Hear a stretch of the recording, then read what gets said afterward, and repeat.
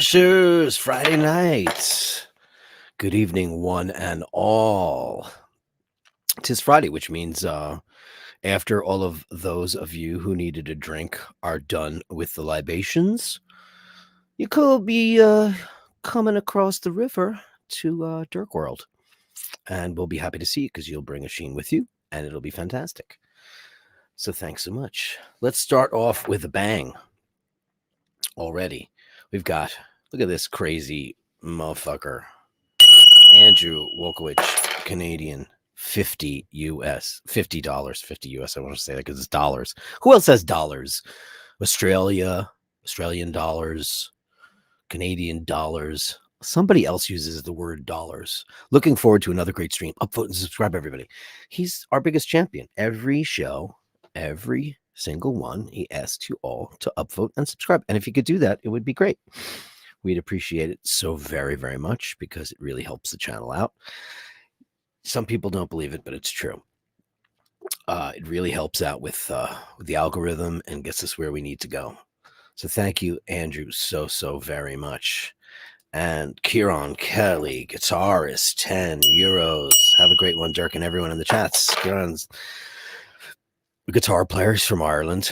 He's working on some new ideas. Got your message. Sounds great.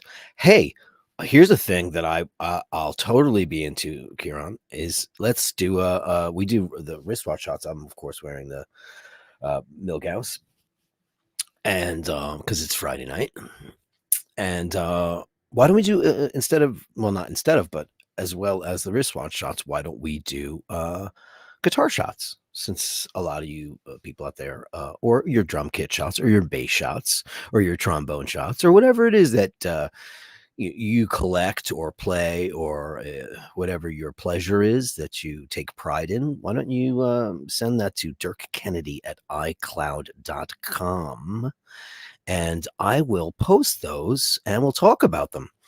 Like, oh, I've got a 59 Les Paul, and my address is blah, blah, blah. For anybody who doesn't know, a 59 Les Paul's worth a couple of $1,000,000. And there were many of them floating around in the ether that people didn't realize what they had, and they went for a song, but now everybody's onto it. But it's like everything else. Like I was really into cycling hard, like mountain biking, and I had a collection I still have some really beautiful bikes that I don't take the best care of. They live out on the deck and they're covered. It's terrible. And every year or two I have to go and take them to the bike shop and get them sorted out with rusty chains, etc. It's stupid stuff like that. But I have this bike called a Cannondale D4000 V4000 DH, which is this crazy thing. And I didn't pay $5,000 for it. It was listed for like $5,000 or $6,000, and I got another eBay find for me. It was a guy who had it online, and he didn't know what it was, and it was in the box. It turns out his cousin was a Cannondale endorsee, so I got it for $800 US about 20 years ago. But it's still never been touched as far as great mountain bikes go. It's still kind of the one that won all the championships, and I of course don't do that, but I used to. Ladies and gentlemen, the incredible Jim Lassick, happy Friday. All happy Friday to you. Easy E, Saul Wonka, you're right with all this over singing trend. I upvoted, did my civic duty. I mean, I haven't seen that. That's the one with Timothée Chalamet. I just think that certain things should be left alone. Certainly Johnny Depp should have never done that horrible remake. You know, it's so funny about Johnny Depp's. I feel like he can't play people anymore. He can only play creatures. I don't think he's capable of doing like a regular person, like, you know, marriage or, you know, a boyfriend or whatever. I just don't think he can. I think he's just too weird. And Tim Burton movies are so hit and miss. He's made some genius films like Pee-wee's Big Adventure, his directorial debut, and what are some Beetlejuice, the first two Batman films, Batman Returns, I think being the superior of the two. Edward Scissorhands, probably his magnum opus masterpiece. And then, you know, a lot of shitty movies, a lot of stupid stuff. So yeah. Dean says, "Great Dirk, I can do the bash tonight since I don't have to work. Weekdays no good anymore since you changed the time slot." I didn't change the time slot. That was an experiment, monsieur. Think of all those weekday super chats you'd be missing out on. I win, you lose. Well, no. I just wanted to check it out. I just wanted to see because everybody asked me to, so I checked it out. You know? Who else we got? Easy says, "Wish I could chime in, but must watch the North American Open and the Weimüller Open online as some of my friends are playing." It's bash time, so I'm going to sneeze. And I didn't take an allergy pill because I'm still on antibiotics for that tooth thing. I probably should. Maybe when the big man shows up, I'll do so. Alain Gilbert, bonsoir. Bonsoir, ami. How are you? Ray Ray says, "Be back shortly." Because he's again. It happens to me just every time. Chris on the Upper East Side says, "Evening, all evening to you, my friend." Hey, so since we never get around to wristwatch shots while the big guy is on, when he shows up, then all hell breaks loose and blah, blah, blah. So I figured I'd do that now. Okay. Let me get started with those so I can get them done so you guys don't feel slighted, etc., etc., etc. Rob Pelletier with the Vacheron Constantin Historique. I mean, Jesus, is that covered in plastic? Is that still wrapped up? Oh my God. Oh, he's tried the beauty on at a watch time event. Well, fuck you too, because that thing's crazy. My God, in heaven's name, that's beautiful. Sorry about the sniffling. It'll stop soon. And once he shows up, I'll go grab an ActiFed. I just wanted to thank everybody for sharing in Cat Moss's memorial that we had for him the other night. Our dear friend Gerard had lost his buddy. Memento Mori, Cat Moss, aka the Naughty Boy. He was the king of cats. The king is dead. Long live the king. Look at this beautiful fucker. I love him. He's so beautiful. You know how much I love my Laverne. I can't imagine what you're going through, my dear friend. And we send out our best wishes to you because we know how that is, because people suck and dogs and cats rule. That's a fact, Jack. And what else do we have in here? We have this very interesting Dawnblut and Zone. This is the regulator. Let me have a good look at this. This is called the 2010 regulator, the Dawnblut Quintus. And what a crazy looking thing. Look at the Chemin de Fer. This is like a real regulator, I guess, for train fellas, engineers and conductors, to make sure that those German trains are working on time, because it's made in Germany, Deutschland. Anybody ever see the Rammstein video for Deutschland? I think it's the greatest music video ever made, and I am not kidding you.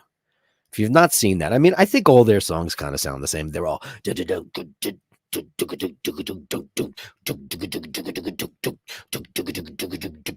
then there's like that. It's all the kind of plinky keyboard. I washed this thing, geduscht im Wahl, it was so sweet to sein. It's all the same kind of shit. But I like it, and the video is amazing. If you haven't seen it, I would check it out. Ricky McIntyre just finished work. Hello from Montreal, Canada. Bonsoir, mon ami. Je t'aime, Montreal. I love Montreal. Best meal I've ever had in my life. The Pyrenees restaurant. I think I've said this before. It was about 20 years ago, and I was up there I was doing a commercial for Quebec, and it was like, I forget what it was. It was like I sang this thing for Quebec. And it was really cool. I don't even know if they ever used it, because obviously I don't have Canadian television. But it was really cool. I was there for one night, I think. It was quick. I was in and out. I got in there early in the morning, went to my hotel, was supposed to meet this crew.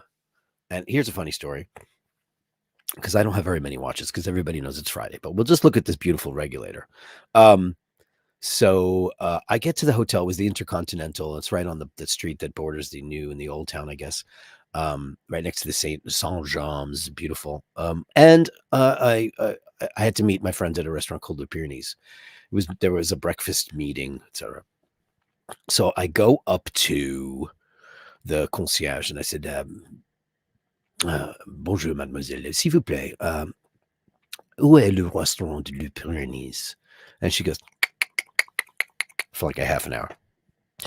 Monsieur, please, alle English. The American accent for French, it is intolerable. So I looked at her like she had three heads because my French is not that shitty and my accent is good. And I know that because I grew up with the Francoise. And I just looked at her in amazement. And she was going to like completely walk away from me. It turns out the restaurant was a half a block away. But I came up with a new word for her, and that is the concierge. Bum. Sorry about that, Selena. Oh, Cheslina. Buonanotte, Cheslina. 20 pounds. That's big money here in the United States of America. Thank you so much. Cheslina says, happy Friday to everybody, but we'll put your super chat up there because it's Friday and we're crazy.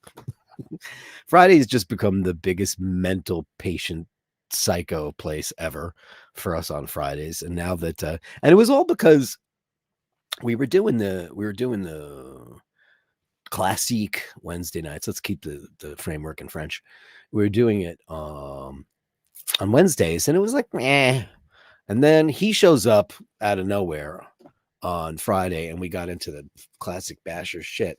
And that was 2 weeks ago and 3 weeks ago. This is the third week, and it just went bananas. So thank you for all of that. And I'm going to keep that up there because it's wonderful. And let's see what else I have. I know there was some other stuff. Oh, yeah. Who do you think this belongs to?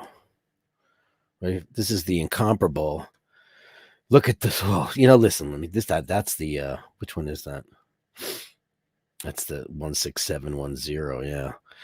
I mean, oh man.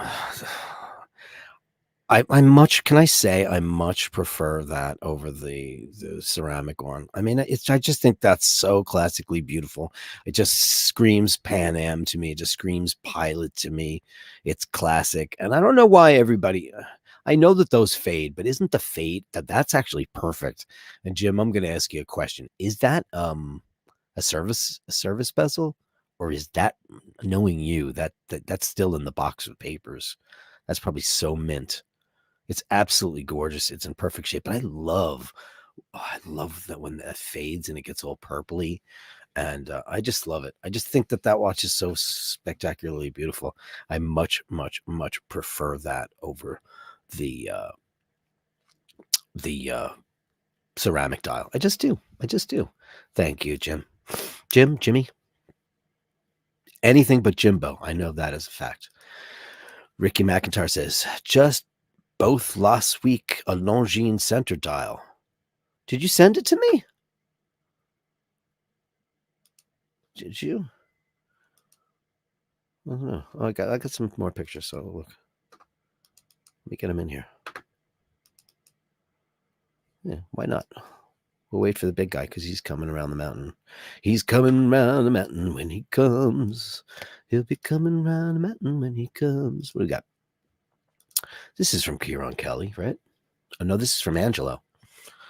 This is my babies, an SA220, an SA189 Yamaha G100 head amp, and True Tone Custom. Those are expensive.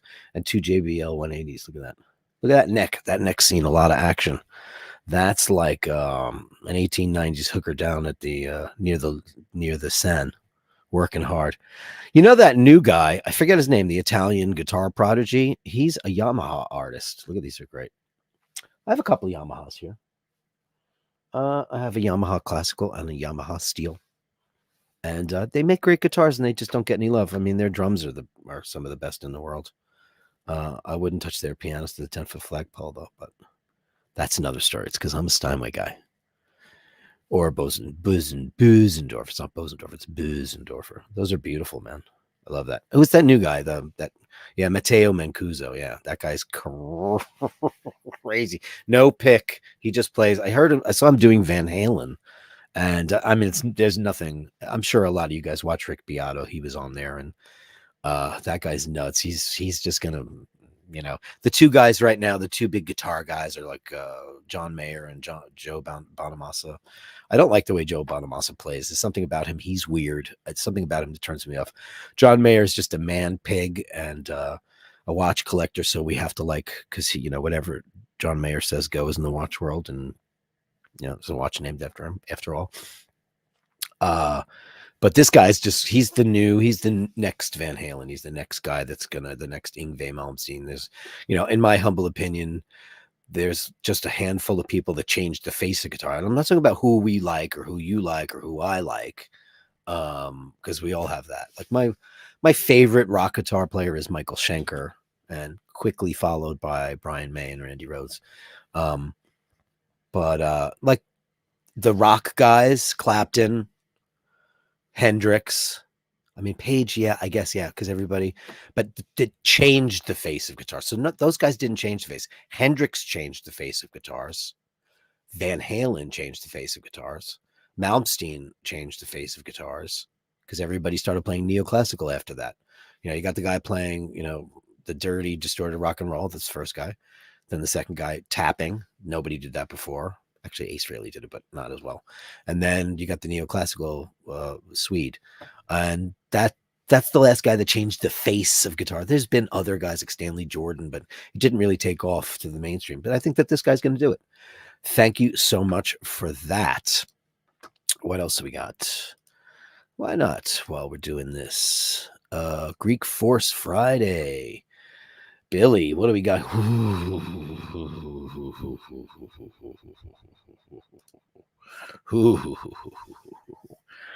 Man, oh man, oh man. What do you say about a watch like that? That's the one that Chappelle had on in his new special. I watched all the stand-up specials that come out. Kevin James has a new one, and I got about 15 minutes into it, and it felt like a Disney comedy hour. It was, I like clean humor. Ray Romano's wasn't much better either. But when you have edgy guys like Chappelle and Ricky Gervais doing that, it's really hard to compete. It's really, really hard to compete. I can't see it. Anyway, he was wearing this exact watch, that color dial, which is that's the most beautiful, I think, of all. So for all of you Sky Dweller folks that don't have that dial, I'm not insulting you. I'm just saying I think it's the most beautiful. Certainly the most complicated thing that they make. Isn't that crazy? Is there another shot there? There isn't. I love it. I love it. I love it. And then we'll talk about this piano guy that made the Chinese people go crazy, because that's really fucking crazy. I don't know if you guys are aware of that. This is from Chris. Look at that. Look at that. He's an engineer with some Waterford crystal. My sister has a giant collection of Waterford crystal. It's her thing. I mean, she's got all the patterns, all the beautiful ones. And she doesn't buy a lot of it's made in Poland, or it was being made in Poland, because, it's like the USA. We farm everything out to China. They were farming. Ireland was farming out their workforce and their goods for quite a while. Now, that is crazy. And that is just so Gerald Genta. And I hope I'm right, because it has to be, because that looks exactly like the Patek Philippe bracelet and the Royal Oak with the screws. It's very Gerald Genta. I'm assuming that it is. I don't know for a fact, because I don't know that much about the ingenieur, but it's beautiful. It looks great there. It's a manly watch, though. Can I say that? It's a very manly watch. You can say whatever you want. Say whatever I want. I guess everybody got their drinks. You're the chief of police. You can say whatever you want. Put it back the other way before my brain explodes. The right way, this way? Yeah, that way. That's much better. It just feels like I'm going to tip over. I don't like it. Yeah, so I figured I'd get everybody's wrist shots out of the way. He's got an engineer with some beautiful Waterford crystal. I love that pattern. That's the original engineer. That's the first one. That's the old one. Yeah. That's Gerald Genta, right? Yeah, because they re-released the engineer last year. Even say re-released it in a new format. That was like the talk of the town at Watches and Wonders last year. But that one is an old one. That's the first one. That has a very, very very Patek kind of bracelet, right? It's Gerald Genta. Yeah, it's Genta. Yeah. Thank you so much for that. That's Billy, right? Thank you. That's Chris Wright. Thanks, Chris Wright. Yeah. So, and I told everybody at Kieran's like, I want to show you my guitars. I'm like, yeah, well, sure. He's going to show up. So I'll show you what we got. So we got some pretty cool super chats. Andrew Wilkovich. I'll go through them right now, so you know who the fucking people are. It's Andrew 50 Canadian. Kira, Jesus. 10 euros. Cheslina, 20 euros. Thank you, darling. These guys watch you, they don't watch me. That's it. Yeah, there's a lot. Well, okay, so I had about 70 in the room, and now I have 252. So we got just under 200. So we're always trying to do the math when he sends everybody over. How many people showed up? It's always 200 and change. Yeah.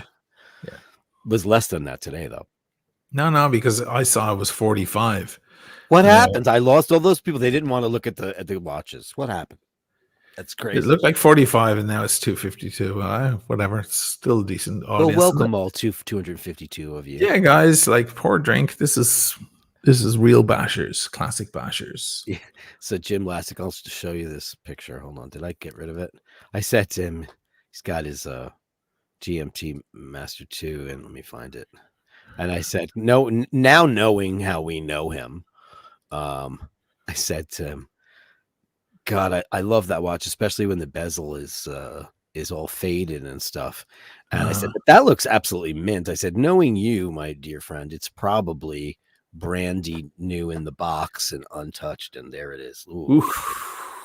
I know, that's what I did. It went, that's a service bezel, though. That's what I asked him. He says, no, that's the original bezel. Look at the original bezel, and yes, with box and papers. That's what I said. What year though? It's the 16710. Oh, it's the 710. Okay, so Yeah. it's okay. It might be the original bezel, because if that was a 16700, that's sans serif. There's they're all sans serif around the bezel. There's no that's a service bezel, if that was the case, which is very, very common. Very hard to find the actual serif bezel, but it's a 16710, so there's a very good chance. It's also 16710 is one of the most versatile GMTs to own. You can swap out that fucking bezel for a lot of stuff. You can play with that watch a lot. It has the quick set date, blah blah blah. It has, not quick set date technically. No, sorry, you use the GMT hand for it, but you don't. It's easier to manipulate the movement and so on. It's a great watch if you're interested in customizing a little bit your GMT and so on. Oh, yeah, it's beautiful. Thanks, Jim. Thanks for that. So we have Daniel Gutierrez, $2. I meant skinny cigars. I guess that's what you guys are talking about. Oh, he wrote something and autocorrect changed it to some other word. And I was like, what are you talking about? I don't get it. So skinny cigars. Okay, what were you saying? Yeah, because I have this big fat puppy. I have this big fucking huge Davidoff tonight. Finally smoking a decent cigar. I've been on the fucking Toscani now for ages. Oh, is that right? Yeah, I've been smoking Toscani for a month. So finally I went by a store today and I picked up some nice Davidoffs. Very nice. Oh, they're super smooth. Some Davidoff coffee, which is actually really good. Oh, yeah. Look at this crazy person, Ali Nasser. Thank you, sir. 500. 500. That's about $125, man. That's not no, that's euros, so about 140 in dollars. That's absolutely crazy. That's the original engineer, real class, indeed, real class. As are you, my friend, and a bit of a ride with that shot there. Ali's the best. Ali's in the whiskey cigar lounge, guys. Well, obviously, he exudes class and charm. Yes, and people think I have a deep voice. You want to hear this guy's voice? This guy leaves voicemails that are just like, it's like he's clearly a big dude. He's got big wrists and stuff. He's got this big monster voice. It's very cool. Is that right? What do you get You get voicemails? I'm a little jealous now. Yeah, he lives in the Emirates. He's over in Dubai. Emirati. Yeah, AED. And oh shit, no, he sent me the photo and I forgot to feature it. I'm gonna forward you this photo myself, and I'd like you could just do it. I could just do it. You have full control. I'm fucking idiot. Sorry. You're right. It's not like you can't do it right now. Such an idiot. I forgot to feature his he just got a new Panerai. And it's beautiful. Let me send it over wherever it's gone. What do I do here? Yeah. No, Ali is great. He came into the Watch Cigar Lounge only a few weeks ago, and completely like took over the whole thing. Like he's in the chat, showing photos, leaving voicemails, showing wrist shots, and so on. And he's like really engaged everyone. I was saying to my audience there an hour ago, like at first I was like, shit, is this guy gonna like freak everyone out? But actually, everyone loves him, so it's all working out great.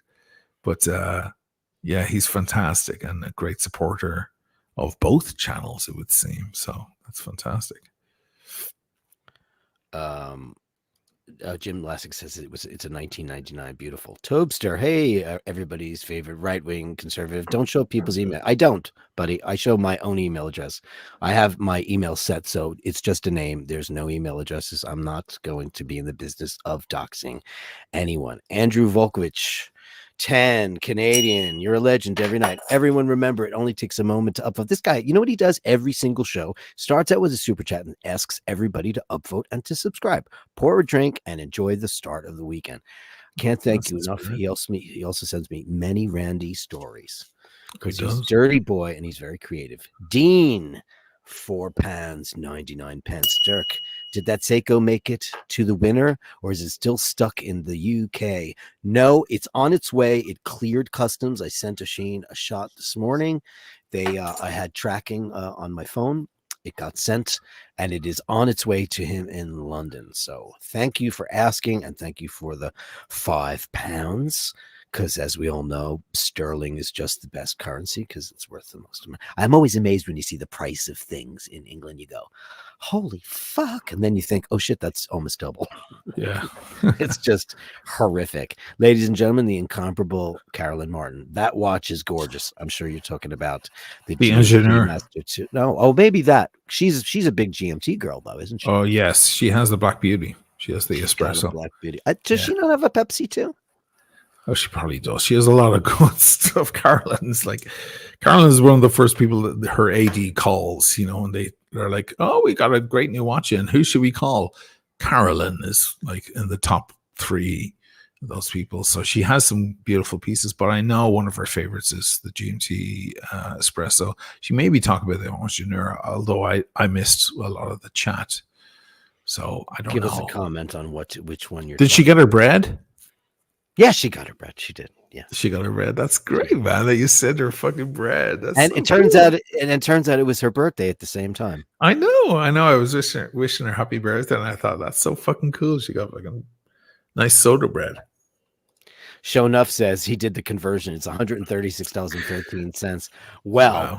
Ali, thank you very much. What a way to bang out this Friday. Ali he's solid. That guy's full of love. He's great. And he just had a baby not so long ago, and he's showing photos of his baby. It's fantastic, yeah. And this is his brand new Panerai. It's the Black Seal. So it's a limited edition Black Seal. Look at that thing. Oh, and it looks, what size is that watch? That is I believe it's a 45 mil. Correct me if I'm wrong, Ali. And he's a big boy. He's a big boy. I mean, that looks like my wrist, right? It looks bigger. Even bigger. I mean, that's a 45. Wow. 44, but he's got real estate on both sides. Yeah, well, I do too with the 44s, 45s. But that is a Black Seal. It's beautiful. Oh my and God. With wire lugs, beautiful wire lugs. This is shit I love. I'm gonna find that Panerai. I have one lying around here that's similar design, and but mine doesn't have the small seconds on the left. Wow. I like the small seconds because it shows you the watch is alive. You need to see that. It also looks like a what do they call it? It's a printed like the not the sandwich, but the cookie or whatever they call it, the dial. They put the loom on top of the dial. You should know. Printed, silk screened? No, I don't know the term for it. The sausage. I think they say sausage or whatever. Like they put the loom onto the dial instead of sandwich. Sausage dial, I think they call it. But but that is sick. That is fucking beautiful. Look at that thing. That is absolutely gorgeous. Scotty H, $19 US 99 cents. Have a couple of drinks for me. I'm on my way to work. Oh man, Scotty H. sorry, Scotty. Scotty, you PayPal me earlier, didn't you? And I missed that on my show. Fuck me. Did you send me a photo of your watch? He was interested in a Panerai as well, actually. Let me see if Scotty sent something. Yeah, bring it up if you have it. No, I don't have it yet. Send it on to me, Scotty, because I want to show it. Anyway, congrats, Ali. That's and I love that big crown. I love the big pilot's crown on those old ones. That's fucking cool as well. You know, It looks great on that watch. Yeah, it looks really great. Irish Pandemonium, you maniac lunatic, legend fucker, you 100 pounds.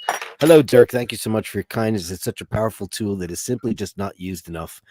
I'm on my last Cohibo Esplendidos with some red breast 12. This guy's got unbelievable taste, huh? Look at him. Oisin totally rocks also. Yeah, you rock too. Look, you're sneezing also. I sneezed my head off before. Don't be bashful on the bashers. I'm telling you, that's the thing. Ladies and gentlemen, don't be bashful on the bashers. Remember to upvote and slancha. Thank you so much. Thank you so much. That is just legendary crazy. Thank you so much, Irish Pandemonium. Wow, legend. Send us some pictures so we can feature you. Nudes are good. Irish, yeah, that's right. Chris on the Upper East Side. Look at this. Got a lot of people coming in. That's Tobster says that the radio mirror is 45, but I don't know. That's the Black Seal. Yeah, it's 45. I think it's 45. Are all radio mirrors in general 45s? Can you 44, rock 45, Tobster? Do you have are you man enough? Are you man enough, Tobster, to rock a 45 millimeter watch? Because you're a big right wing masculine fucker, right? Let's see that wrist shot, kiddo. Let's see it. Francois DD says sick. Brucelam says 45 to the corner. Corner apples to and corner. oranges, my dear friends. Apples and Let me go get I'll get mine. Not mine, but the viewer who sent it to me. It's nice. Dirk, I sent you a wrist check. Okay, give me a second and I will boot that up for you. Tobster had one. Okay. Dean, you did? Dean. I don't see it, buddy boy. Anyway, I'm looking for it. I don't see it, but Ian, okay, I'm gonna send you this. My dear friend Ian, what do you got going on here? He makes these funny things, these little memes. It's very small to read, but he's playing poker. Oh, look at that. He's got his Kermit. Can't zoom that. I can't zoom that because I can blow it up. If you drag it to another thing. Yeah, I don't do that. I don't do that. I gotta fix this for you right now. Give me a second. So I'll show you this Panerai. Yeah, show me the Panerai. Let me see here. Just remove that for a second so you can get on with that. So this is the Venti. It's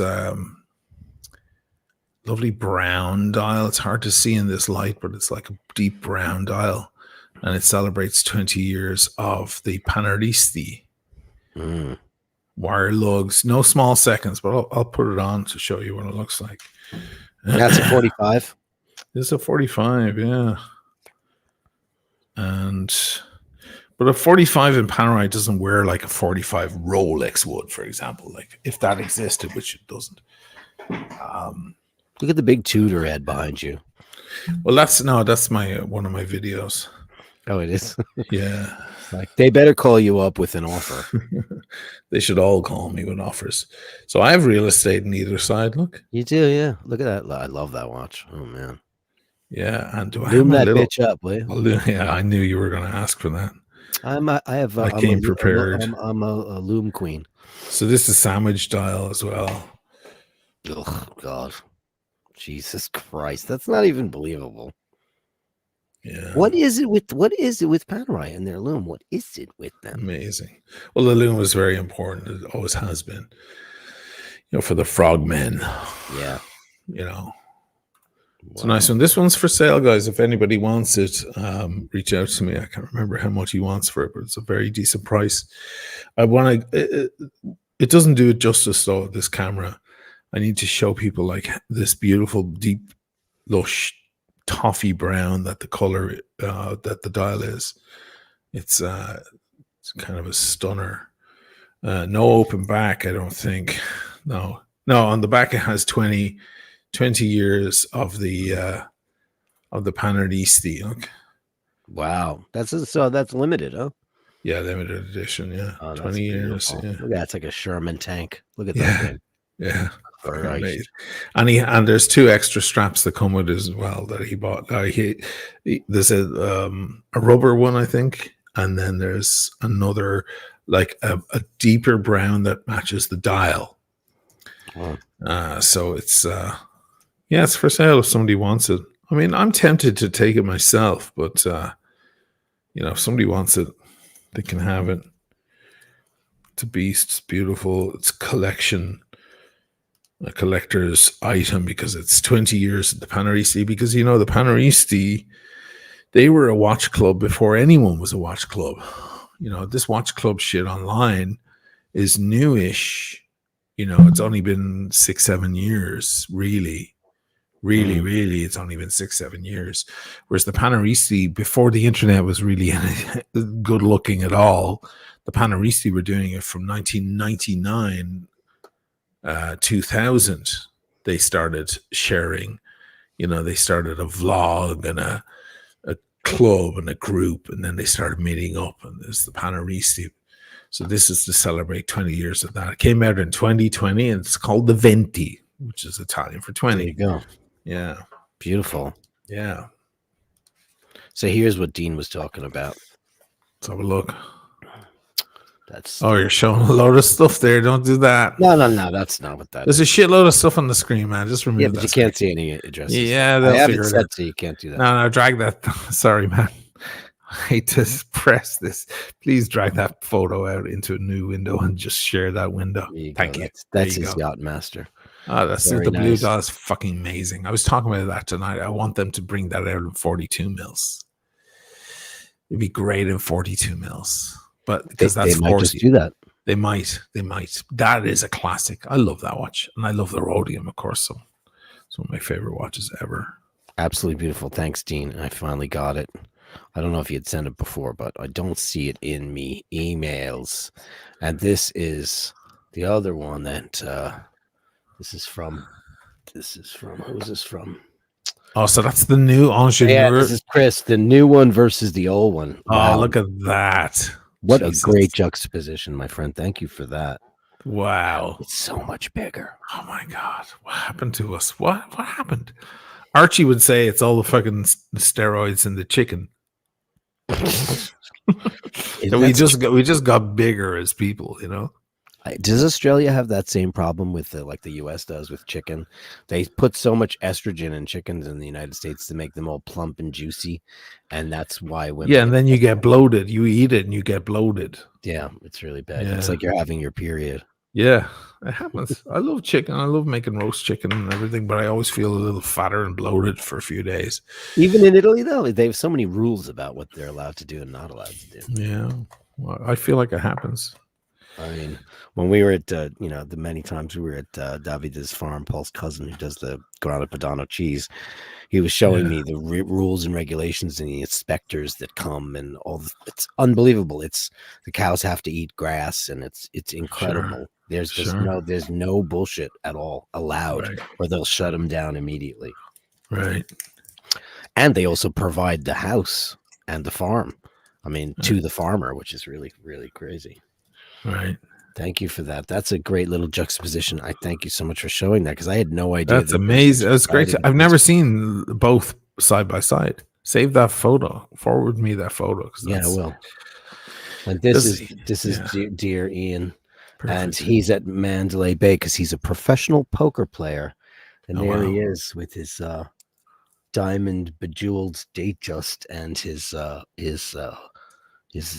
that's pre-Starbucks. That's the original. That's the Kermit, right? The original one. That's the Kermit, yeah. Yeah. Can't tell which one. It's not a flat 4. No. But it's it's original Kermit, yeah. Now, flat 4, did that appear on all variations of the Submariner or just on the Hulks and The Kermit, because that was when they started making. The great thing about the Kermit is that it was the pre-ceramic watch. So it was the pre-ceramic without the super case, but it had the maxi dial. The numerals, the indices, everything was like the maxi coming later, which is why people go mad about the Kermit. The flat 4 is just a certain amount of them. I think it was edition 3, if I'm not mistaken, that the 4 has a flat top on it. Oh. Yeah. And that's just worth a whole hell of a lot more money? Is that what it is? Yeah, I had one in the house for a while. A guy bought a perfect one with stickers and everything, and he sent it to my house. He came then to Venice to pick it up many months later, and it was stunning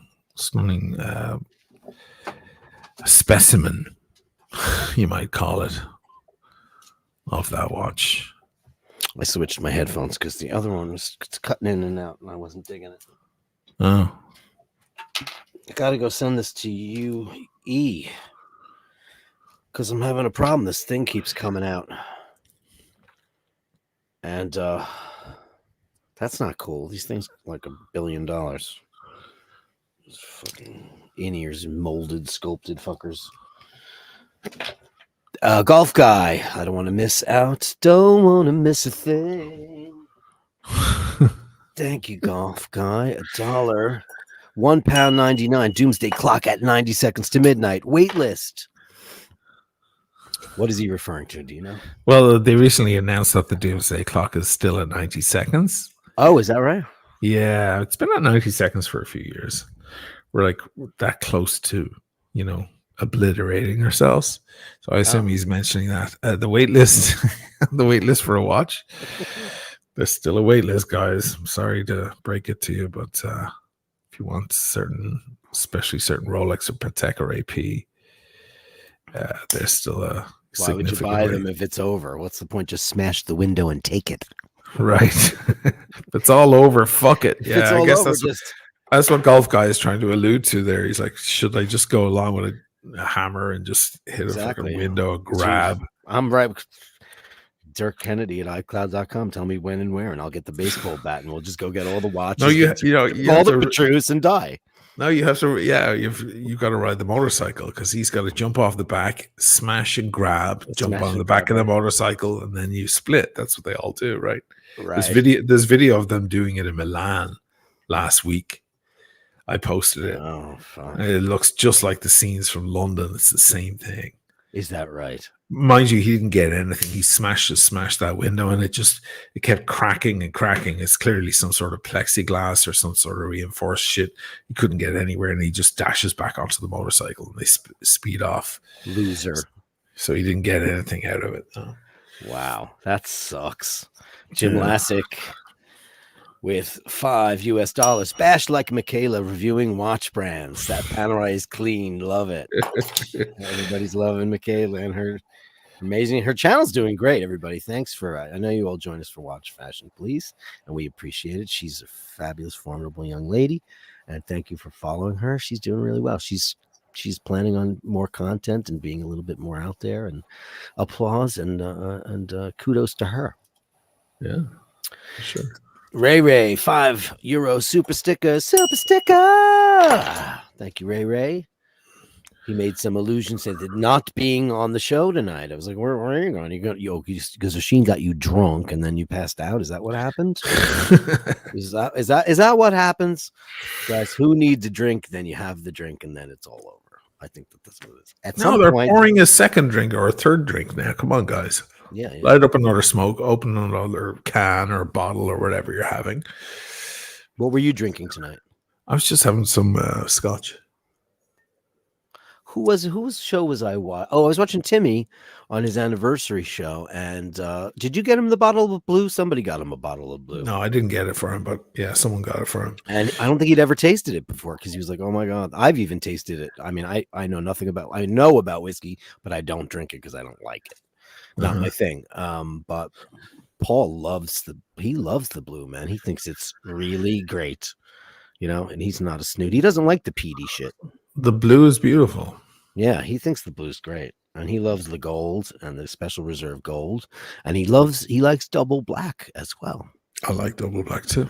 Yeah, so I guess guys who like to drink whiskey like that, you I know. mean, the purists, the Scotch purists, don't. Yeah, that's just It's too commercial for them, and it's also a blend, yeah, blended and that's whiskey. not for the single malt is the Scotch way, but Yeah, shit, somebody hands you a bottle of blue, you take it, yeah. I mean, There's, it's $350 here in New York City. yeah, I mean, it's a blend of many years, but the rumors are that in there, a small part of the blend is 48-year-olds. 48-year-olds. Is that So right, Jim? yeah. Last, can you want to comment on your? I know you're a whiskey guy, predominantly a bourbon guy. Oh, bourbon's different Yeah, I universe. know, but he's got whiskey. He's got everybody's in the shop.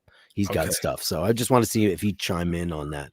Yeah. Like I said, I'd love to go to Isla and do that whole shebang. Even though I don't drink it, I would go there and I would sample them and I'd rate them and all that. Maybe my palate would be nice and clean because I'm not, I'm not biased about whiskeys because it's not my thing. Wine's my thing. Right. And that's it. So, and it's funny, wines are funny that way too, like Meritage, any of the stuff that's in America that's like, the Burgundy, the Bordeaux blends. I love a lot of Bordeaux blends. Most of my favorite wines are, Cabernet, Petit Verdot, Merlot, blah, blah, blah. We had the straight up Merlot. We had a Petrus, 100% Merlot. And you know what? I'm drinking the fucking Merlot. Sorry, kids. Yeah. I'm not drinking that Merlot. That was on the other day, and I have a hard time watching that movie Sideways because he's just such a bad person when he steals the money from his mother's drawer. I hate it. Absolutely. He's a flawed protagonist. Yeah. He's going to win an Oscar this year. Believe me. You know what? I was looking at the odds, and I haven't seen the holdovers. I'm going to watch it. He's going to win. It's Alexander Payne, same director as Sideways. Alexander Payne, they're great duo, the two of them. Yeah, great combo. Apparently, he's astonishing in it, and he was in the restaurant a couple of months back, and I think I told you he looked like he's 2 years younger than me, and I couldn't believe he looked like an old man. But he looks like Paul Giamatti in this movie, and apparently, is he a drinker? Like in the bar? No, he was having breakfast at a table. Oh, okay. He was having a business thing, and they were there for hours with paperwork. It's probably his lawyer or his agent or whatever. Oh, I see. But apparently he's going to win because, after seeing Oppenheimer, I will say this, and I have no problems with Cillian Murphy whatsoever. I mean, other than I think he's funny looking. I didn't see any, like, the acting is so non-committal. It's just so flat. Yeah, very flat. It's very flat. The only acting in that movie that was astonishing to me was Robert Downey Jr., who I thought was fucking great. Who brought anything? He was bringing things. And the wife, what's her name? Yeah, she's great. Yeah. I always have a problem with her name. I always say John Krasinski's wife. John Krasinski. Emily Blunt. She comes in and they're about to grill her in the interview in the little room, and she looks delicate and she's a little shaky from the alcohol withdrawals and whatever. Yeah. And then she fucking just opens up and she fucking hits them back hard. And I was like, that was the standout performance for me in the whole movie, is that she just went from being kind of the brittle, broken, drunk, which of course she would be. She's living with this crazy scientist madman who's been having an affair with another woman, a younger woman, that will break a woman in two over years. And she's obviously found the bottle to ease that pain. And then the next thing, the animal comes out and she fucking devours them all in the room. I was like, dang, she got nominated. Great. Yeah. She's great. The Oscar nominations came out day before yesterday. Oh, yes. And it's so funny. We can talk about those if you want. Yeah, let's talk about it. I actually didn't even realize it came out, and I was waiting like, nobody cares anymore. It wasn't all the news. The big news, you know what the big news is. The big news is Ryan Gosling was nominated for Ken. Oh, yeah. Margot Robbie was not for Barbie, and neither was Greta Gerwig for Barbie. So now they're all crying. Men, and their oppression. They're crying that. They're crying that they're pulling that card now, and I'm like, Hey, listen, Well, listen, if she was a guys. black or Asian woman, she would have definitely got the nomination. Oh, so you're right up there. You're right in there, gang. Okay, fine. I mean, she would have, because Okay, okay. that's where the awards are going. They're not giving shit to white girls. They're not. They're not. This channel is just going to turn into the No, it's just curmudgeon, so true. middle-aged No. man, right No. winger, Listen, this is the only day where anti-woke I'm allowed to be camel. a curmudgeon on Fridays with you, because you bring out the fucking absolute worst in me. Because it's a gentler, kindler bashers throughout. I always tell people, hold the door open, say please and thank you, and all that. Don't be a dick. And now you're like, fuck, if she was black, she would have gotten the No, nomination. but it's like it's affirmative action in awards. It's a fact, and it's not. Listen, this is observation. This is all it is. Awards are only being given out now. It's like roles. Like, have you ever heard of a movie called Jeffrey? No, It's the guy from Wings, Steven, whatever his name is. And it's a movie from the 90s, and it's a comedy. Steven, what's his name? The guy from the show Wings. Anyway, so it's a movie about this guy. It's in the 90s, and he's gay, and he wants to have sex. Hey, JHB 1999. Happy Friday, gents. Happy Friday to you. Wow, that's a happy Friday. It's $20. My God, JHB. $20. No question, no nothing. It's just okay. Thanks. It's nice. That's very nice. Well, Friday's the night. That's the big night. Yeah. So Patrick Stewart in it is, and Steven Weber is in it, and all these people are in it, and it's a funny, really funny movie, and they're all straight guys playing gay guys, and I've never heard of a gay person getting mad that a straight guy was playing a gay role, but nowadays it's like we're watching some films the other day where, wow, you would never get away with so many things now because. Well, can you get in trouble now for being a straight actor playing a gay guy? You're not allowed to, because you're taking away a role from a gay actor. But what? That's just the Tobster, back me up on this shit, motherfucker. This is just the way it goes now. Oh, that's fucking that's super stupid. It's called acting. I'm not really a wizard. I'm pretending to be a wizard. In the film or play. In the film, during the duration of the film or play. It's just, I mean, like I was on the phone with Dana when the Golden Globes are on. I was like, oh, she's going to get it. Oh, he's going to get it. Oh, she's going to get it, because they were, they're just not. Yeah. Greta Gerwig, she's made a movie that I have no interest in seeing Barbie. I haven't seen it. I'm sure I'll never see it. It's kind of not great, honestly. I mean, I have no interest in the whole thing. And it's some kind of like political take. Some people are taking a political take. You can choose to do that or not. Yeah. I didn't even make it to the end, honestly. I found it to just be really light, fair.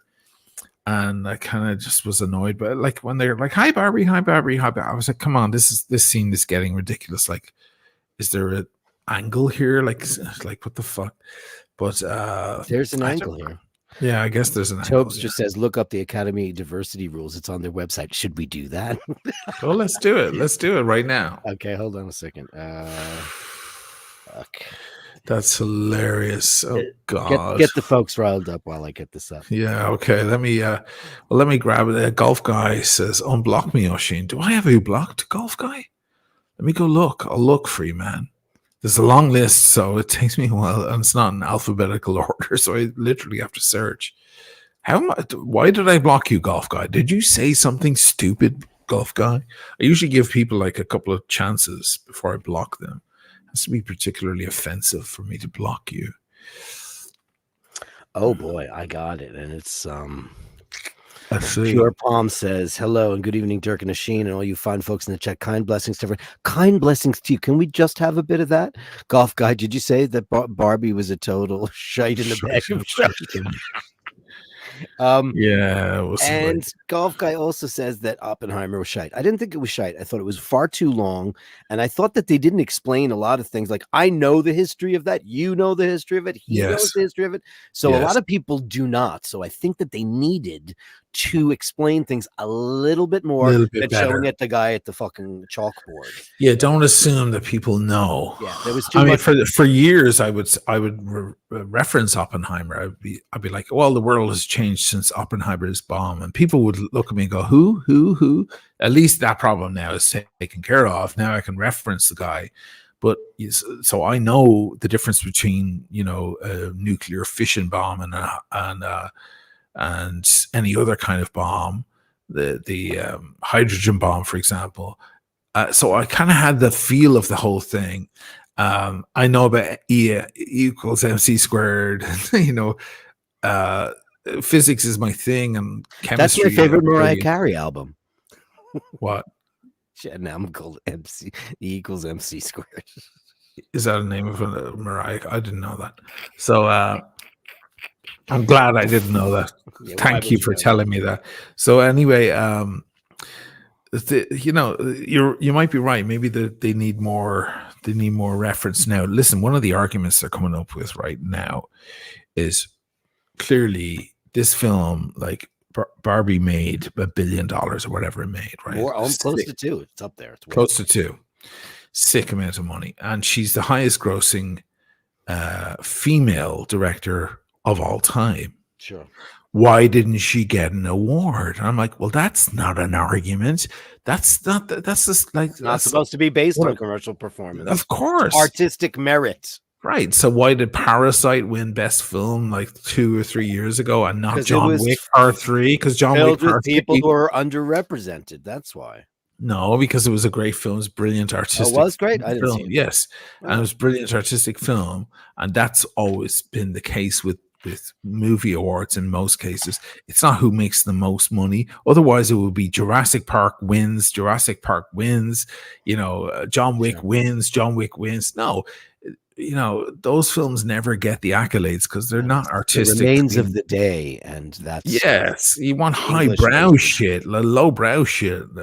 Like Terminator 2 never got like best film, even though it took the most at the box office. So why are you bringing this argument into the room that she took most at the box office? That doesn't make her best director. Yeah. You know what I mean? So I'm like, oh God, I hate when. Look, I'm very left, but I hate when the left embarrass me and they fucking continue me to too. embarrass me. They Well, embarrass that's the the worst fuck out- part. That's the worst Yeah. part. That's the worst. For the part. past 10 years, the left have been making a fucking show of me. Now, Mr. Watch Addict says Poor Things, which nobody has seen yet at this point because it's in limited release or it's just Lydia saw it. She says it's unbelievable. She did. Lydia loves I it. don't- She okay. says it's But there's a incredible. lot of gratuitous sexual stuff and nudity in that film, which is where the woke, the far left, are really getting on my nerves because I don't need to see erections. If I want that, I'll put on Pornhub. I don't need to see my favorite stars getting penetrated in films, and that's what's happening. Natalie Portman. Okay, but I what mean, about my God, what about she has what an about Oscar. what about Last Tango in Paris with Brando? I mean, I haven't seen that in so long, but I guarantee you, if we watch that Dude, right now, that it's was one probably of the. super tame. It's probably tame in comparison. Do you think? I'm sure it is. This probably side boob. That's probably what's in there. No, there's rape in there. But and there's no also- erect penises in that film. Because God No. knows Brando was too fat, then he probably couldn't even get it up at that. First time I saw wreck penises in a major like arty production Brown movie. Bunny. No, what's Brown Bunny? That's the Vincent Gallo movie where Chloe Sevigny performs oral sex on him. Oh, but is there all the stuff in there? Because if you've seen Nymphomaniac Part 1 and Part 2 by Lars von I Trier, haven't seen those, so- okay, Lars von Trier, he just goes all out. And as far as you can see, like what's her name, Penelope, not Cruz, but the other Penelope, strange. Penelope Ann Miller. No, Hey, Wayne. anyway, she's being DP'd. Oh, Like, Jesus And Christ. I mean, you see everything. Like that's a fucking. Those movies are wild, man. So do you think she's really having that go on in there in this film, or how do they go around that? How do they figure it out? I don't know if that was really happening or not. And it's a crazy scene because it's 2 black guys she sees on the street and she ushers them up because she's a proper nympho. Oh, okay. And then they start getting into a fight, the two of them, and you can't tell because they're speaking they're Nigerian or something, and you can't tell like if they're arguing about who gets which hole. You know, it's like that bad.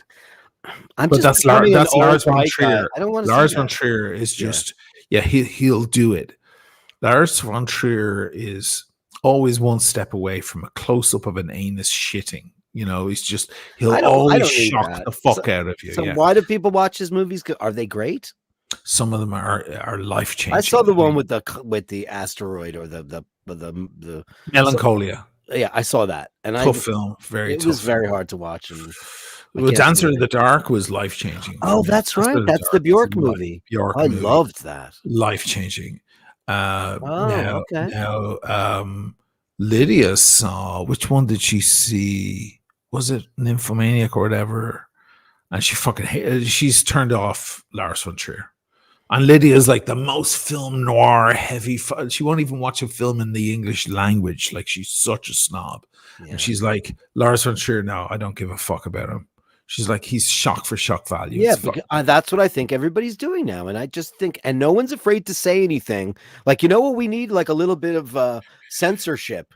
Like, if Von you're Trier's gonna put out. Von Trier's out, by the way. You know why? You know why Von Trier's out? no, Because Von Trier was he was the king. He was their god, right? Because it was art film for art's sake, right? And I'm sure all the right winger Tobster probably hates him. He probably has a dartboard with Von Trier's face on it, right? But Von Trier fucked himself because why?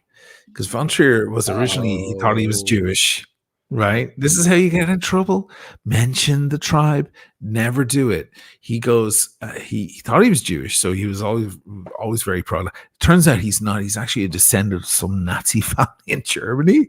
And then he's at Cannes, and he's sitting there for Melancholia, and he's got Kirsten Dunst to his left, and he goes, I sympathize with Hitler.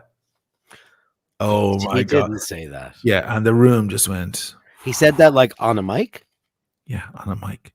He goes, I understand. No, he didn't say, he goes, I understand Hitler. And I'm thinking, okay, look, he's probably doing it in some intellectual manner that they can't understand because his mind. But you don't say that because no one's going to hear it the way that you're hearing it, Lars, you lunatic. And fucking, there's actual audio. You can hear the mics are still on, like Kirsten Dunst, like they stand up from the interview to walk away, and she goes, oh God, that was heavy. And you can see Kirsten Dunst looking at her career like deflating because she was just in this movie with this guy who just said in front of a French audience that he understands Hitler. What does that? Well, I don't know what he fucking means. He probably means something to do with like something existential or something. But of course, you know what? Fuck off on the existentialism when it comes to that. Aren't going to hear. Yeah, they're not going to hear him. They're not going to hear it. I don't want to hear it either. That's so fucking crazy. Wow, what an idiot!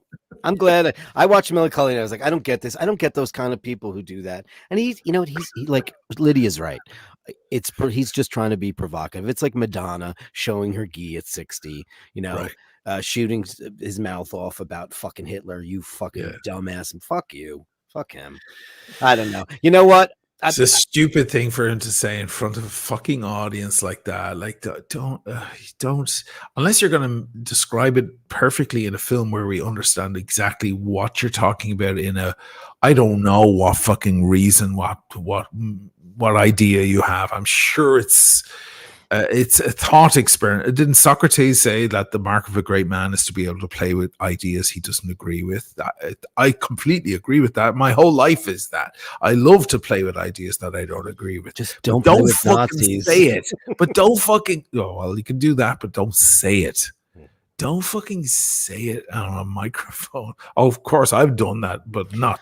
He's obviously did that for a reason. He was looking just to kick up some dust and all that kind of stuff. It seems like that's his film, the way he does it in film, the way he presents his art, and then he opens up his big trap in front of a bunch of French, probably mostly Jewish people, and I'm sure. Watch it's Brian, who's been bar mitzvah, as he always says. Like, did you recently? I'm listening, O'Malley. I'm listening, O'Malley. He has some of the best quotes ever, though. His clips are so fast. So recently, he bought a new watch, and the lads were asking him, like, "Did you get a discount?" And he goes, "Of course I did. I've been bar mitzvah." all the lads, all the heads go down like this. You know, you just see. I'm just like, oh my god, the quips are bright. This is what we love. We love intelligence. That's what we Dude, love. last night on my show, we were talking about Topster was going off on Deep Space Nine and how it's such a great show. And I hate that show, as you know very well. And I have a lot of Star Trek fans on my Dirk weekdays, and we talk about it. And he loves the show. And I said, the main reason why I hate it is because I think that the Ferengi are a stereotypical, they're written to be merchant Jews. And I've heard that. yeah. And it's And gross. Star Wars got the same shit because you remember the guy who's dealing and all the stuff. He's the miser guy buying all the stuff, and he has this big nose and stuff. Yeah, People are I like, mean, "Are you he's sure you doing want all to the do that?" I'm tropes, like, all the tropes, and that "It's Quark not- thing. He's trying to, Don't do that." that's why I hate that. I said, doesn't anybody see that? And I wrote that once on a forum, and somebody said, "You're being an anti-Semite." I said, "No, I'm being the opposite of that, you dickhead. I'm saying that's fucked up, and you're saying it's cool because it's all the stereotypes, all the tropes." And even with that trope, I think that's a bullshit trope. And you know totally why I think bullshit. that's a bullshit trope? The Turks are worse. Yeah, because the Turks are way worse. First of all, there's a phrase here in Italy, they're saying you're cheap like a Turk. That's what they actually say. It's an old phrase, right? Or like the Scots. No But offense. or the Scots, they're the worst. They're like the fucking worst. Yeah, the fly lands in his glass of whiskey, and he picks out the fly and he goes, "Spit it out, spit it out." No, it's a classic. And in Ireland, we have the Cavan people from Cavan, who are misers. My friend Jerry's from Cavan. Right? They're misers. They save every Tupperware thing and everything, right? But we all have that. But listen, you can't tell me that one kind of people are more obsessed with money than others. Everyone's obsessed with money. Every fucker on earth. But I've always said that Jews are just way better at figuring out how to make the money, keep the money, and control the money because they're smarter than you. And that's the end of the story. And that pisses people off. Tough. Whereas, well, Tough shit. we've had extensive arguments, but discussions about this stuff. And in the music industry, let's not touch it. Let's not go into it. But we know there are certain people who are after the fucking cash. So don't give me that shit that some people, everyone wants the fucking money. Everyone's after the cash. It's not a fucking trope. It's bullshit. Give me the money. Speaking of which, Fahad Bashir. Hey, man, look at that. First time watching the channel. Excellent job, gents. Wow, $50 US. Fahad, thank you so much. Welcome to the channel. Same over by me as well. Thank you. What Fahad. a wonderful fella. Thank you so much. Dirk, you're far too sensitive. I'm not that sensitive. I hate Deep Space Nine, and that's my main gripe. I just don't like He's not sensitive. I'm not at all. Not sensitive. I'm not sensitive at all.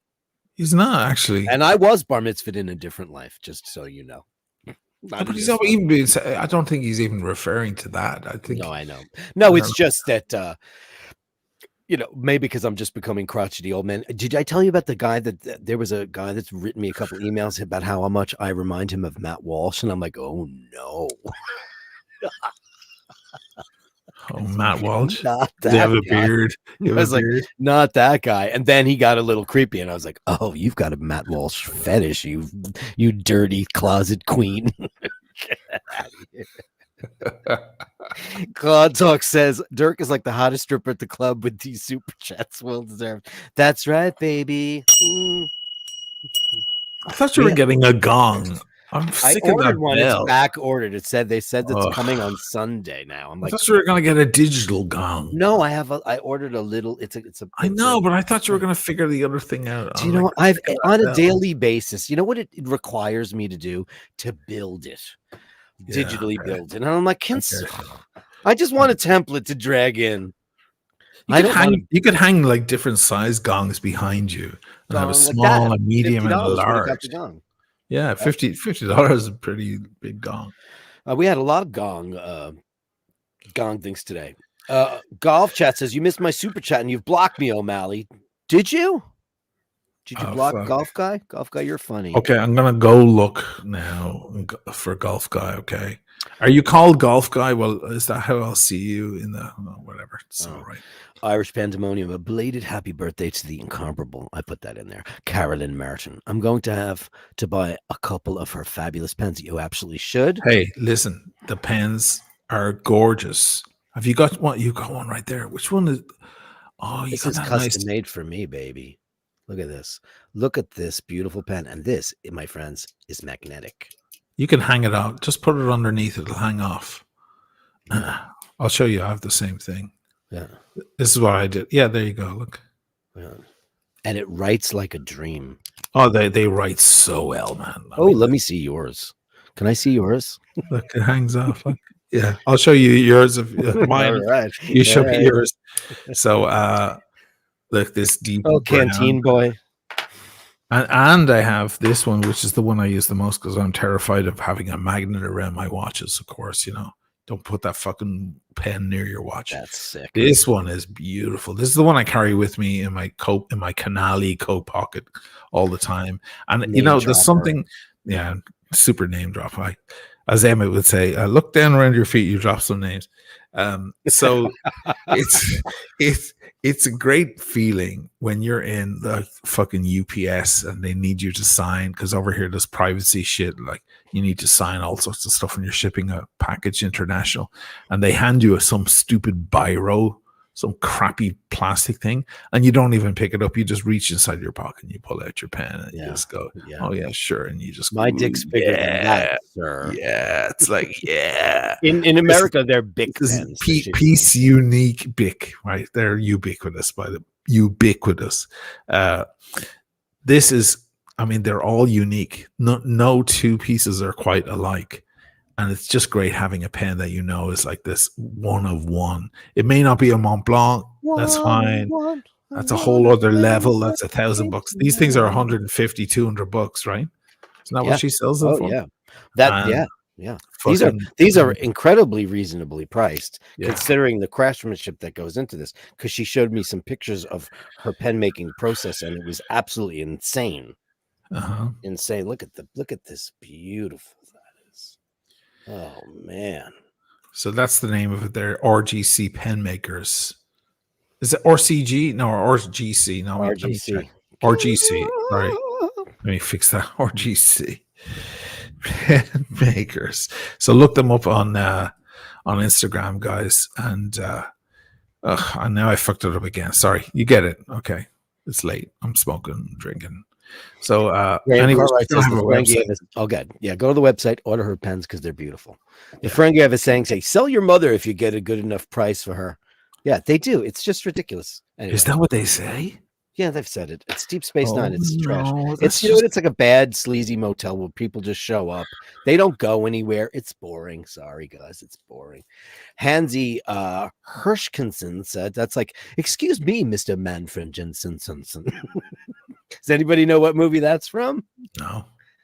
A Fish Called Wanda. Oh, sure. Where he comes in and he says, my name is Manfred Jensen. And then like 5 minutes go by and she goes, and why are you in my house, Mr. Manfred Jensen?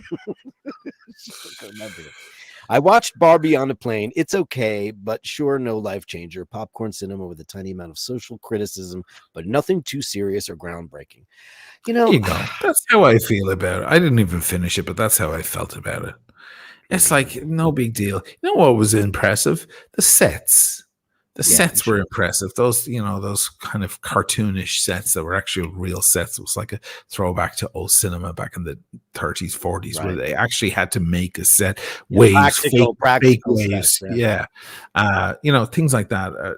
That's kind of cool. And I'm happy for Greta Gerwig. She's a brilliant person and everyone's brilliant in it. And I'm happy for Ryan Gosling. I think he's a great performer and he's a good actor for sure. But I just don't think. I think what happened is Barbie and Oppenheimer happened in a moment when movie theaters were finally getting crowds back into them after COVID. And it was a big explosion. That was it. So my sister knew that, and she also asked if we've seen The Lost Weekend. That's a documentary by May Pang, who was John Lennon's appointed by Yoko Ono girlfriend. This was when she was tired of John and she wanted him out of the house and she wanted to be with her lover, which was her attorney. She found May Pang and she said, "You're going to be John's girlfriend." And he went off to LA and did tons of blow with Harry Nielsen and all the rock stars out in Los Angeles. So there's this famous period of time where everybody partied with Lennon, and I haven't seen it yet. It just came out a while ago, and apparently it's great. Okay. And that was that nominated. Anyway, let me go present this that I found. Please. Chrome tab, right? Academy Award representation, because we were going there, right? Yeah, we're going to look at all the nominees. Okay, so standard A. Ready for This is this? a very boring website. Is this how they released it? Very Wow. cool looking, yeah. This is on there for the 94th, 2022, 95th, submitting a comfort. Okay, let me get to for the 96th Oscars, that's 2024, a film must meet 2 out of 4 of the following standards to be deemed eligible. Standard A, on-screen representation, themes, and narratives. To achieve Standard A, the film must meet one of the following criteria. A1, lead or significant supporting actors. At least one of the leading actors or significant supporting actors is from an underrepresented racial or ethnic group. That's in writing, kids. Asian, Hispanic, Latinx, Black, African American, Indigenous, Native American, and Alaskan Native, Middle Eastern, North African, Native Hawaiian, or other Pacific Islander, and other underrepresented race or ethnicities. Oh, A2. Jesus. That's crazy that they wrote that. This is crazy. So Toaster is right. Toaster's right about the world. He's right about everything. We're At all least wrong. 30% of all actors in secondary and more minor roles are from at least 2 of the following underrepresented groups. Women. Number 1, women. Now, what do you mean? What do you mean, women? Do you mean she, her, them, they? Cisgender women? Do they have to be born with a vagina, or can they have one installed later on? That's my question. Racial or ethnic group, LGBTQ plus XYZ and sometimes Y. People with cognitive or physical disabilities and or who are deaf or hard of hearing. Okay, because one of that movie a couple of years ago, the deaf guy won. I mean, The Miracle Worker. A3, main storyline or subject matter. This is very, very, very troubling. The main storylines, theme, or narrative of the film is centered on an underrepresented group: women, racial or ethnic group, LGBTQ, people with cognitive or physical disabilities, or who are whom are deaf. Wouldn't that be correct? Or hard of hearing. Whom is singular. Yeah, that's right. Oh. Yeah. Who is plural. Yeah, that's right. Standard B, creative leadership and project. Okay, well, that's enough for me. Here's a side thing I saw just the other. Go back down again to the last one there. Yeah. Here's a side thing I saw. It's slightly off point. I saw this guy making this argument about LGBTQ, and he said, "Hold on, L is lesbian. That's gay. Gay is gay." And bi is gay in many ways. So why isn't LGBT? Bi just means you're a bottom. G. So why isn't it gay? Lesbians would identify as gay. So why do you need to distinguish? Anyway, it's just nitpicking. It's just the whole LGBTQ XYZ and sometimes Y. No, I have to say that's kind of fucked up and disturbing that these need to be requirements. It's to me, it's akin to saying the movie theme needs to be about one of the following: a murder mystery, a bank heist, or actually putting parameters. You are absolutely a person can't write an original script unless it meets some of these criteria, which now means that you have to have, oh my god, it's the best screenplay ever. Can you write in a gay character? Or so the contradiction here, I'm just trying to articulate it to myself even, is, and I'm thinking out loud into a microphone to a couple of hundred people. Okay, fine. Is that you're no longer free. Like, the people looking for freedom are actually limiting freedom. Like, they're the very people looking for freedom of people, but you're limiting it now because the story can't be about a young white boy whose father was a jeweler or whatever, or God knows what, like in the military or whatever, because it doesn't meet those things. So now you can't tell the story. You're limiting freedom. So now you're a fascist. So you were against fascism, and now you've turned into a fascist. Right? Am I wrong? No, completely right. Completely right. Fuck. Scotty H says, "Fuck Hollywood. I only watch YouTube. I kind of only watch YouTube now." But Tobster, who's good, That's happening more and more, by the way. sure it is. It goes into the crew too. If you're DP, that means director of photography crew. If you're is too white, you can't use them. Every different crew, from grips, electrical painters, makeup, have to have certain amounts of not white straight people. So Maybe that's why Alec Baldwin shot that white DP. I'm kidding. She was too white. I'm kidding. I'm totally kidding. You're dark. You're so dark. It's like she's way too white. I think I'm gonna shoot her. No, that's insanity. That's insanity. So this whole point comes back to Barbie, because let's go back. Barbie. Why did Greta Gerwig and the beautiful blonde girl not get nominated? They didn't get nominated because they're white. And to prove that, America Ferrara got nominated. So why did Ryan Gosling, why did he get nominated? He's a white boy. I don't know. He's a white boy. He's a white boy. So maybe it was just that there wasn't enough. Maybe they had enough diversity in the. Should we look through the? Let's look at the nominations. Yeah, let's go look at that. Hold on, let me go get that. I hate to. We differ. We always differ on this particular subject, and I have to say, I mean, that is disturbing what I just saw. Okay, I'll admit that, but I gotta say, like, when they give Daniel Day-Lewis the best actor thing, it's not because he's white, it's not because he's male, it's because his performance was fucking amazing. But you also are like his biggest fan, though. You are like, I don't like that movie that you love. That I think. De Niro in Raging Bull, or pick anyone else you want that you like. Okay. No, I'm just saying. Listen, I loved. In the Name of the Father and My Beautiful. No, I know. Okay, so you're not so mad about him. Okay, I picked the wrong person. I just think that you're getting stuck on my example. You picked the wrong person. Pick any other white actor, male white actor. I don't want to see Robert De Niro win any more awards because I think he's the same. He won't. Everything. It's like Al Pacino is the same in everything. I agree to make room for new. De Niro gave up. De Niro gave up. When did he give up? That's the next question. De Niro gave up. He made horse shit. What about the past 20 years? What happened to him? Well, Pacino, famously, people say that Pacino stopped being an actor and started being a performer. There's a difference between an actor and a performer. And he just went for the hoo-ha thing, right? He's got a totally different voice now. Right. But when did De Niro give up? My theory is he gave up after Awakenings.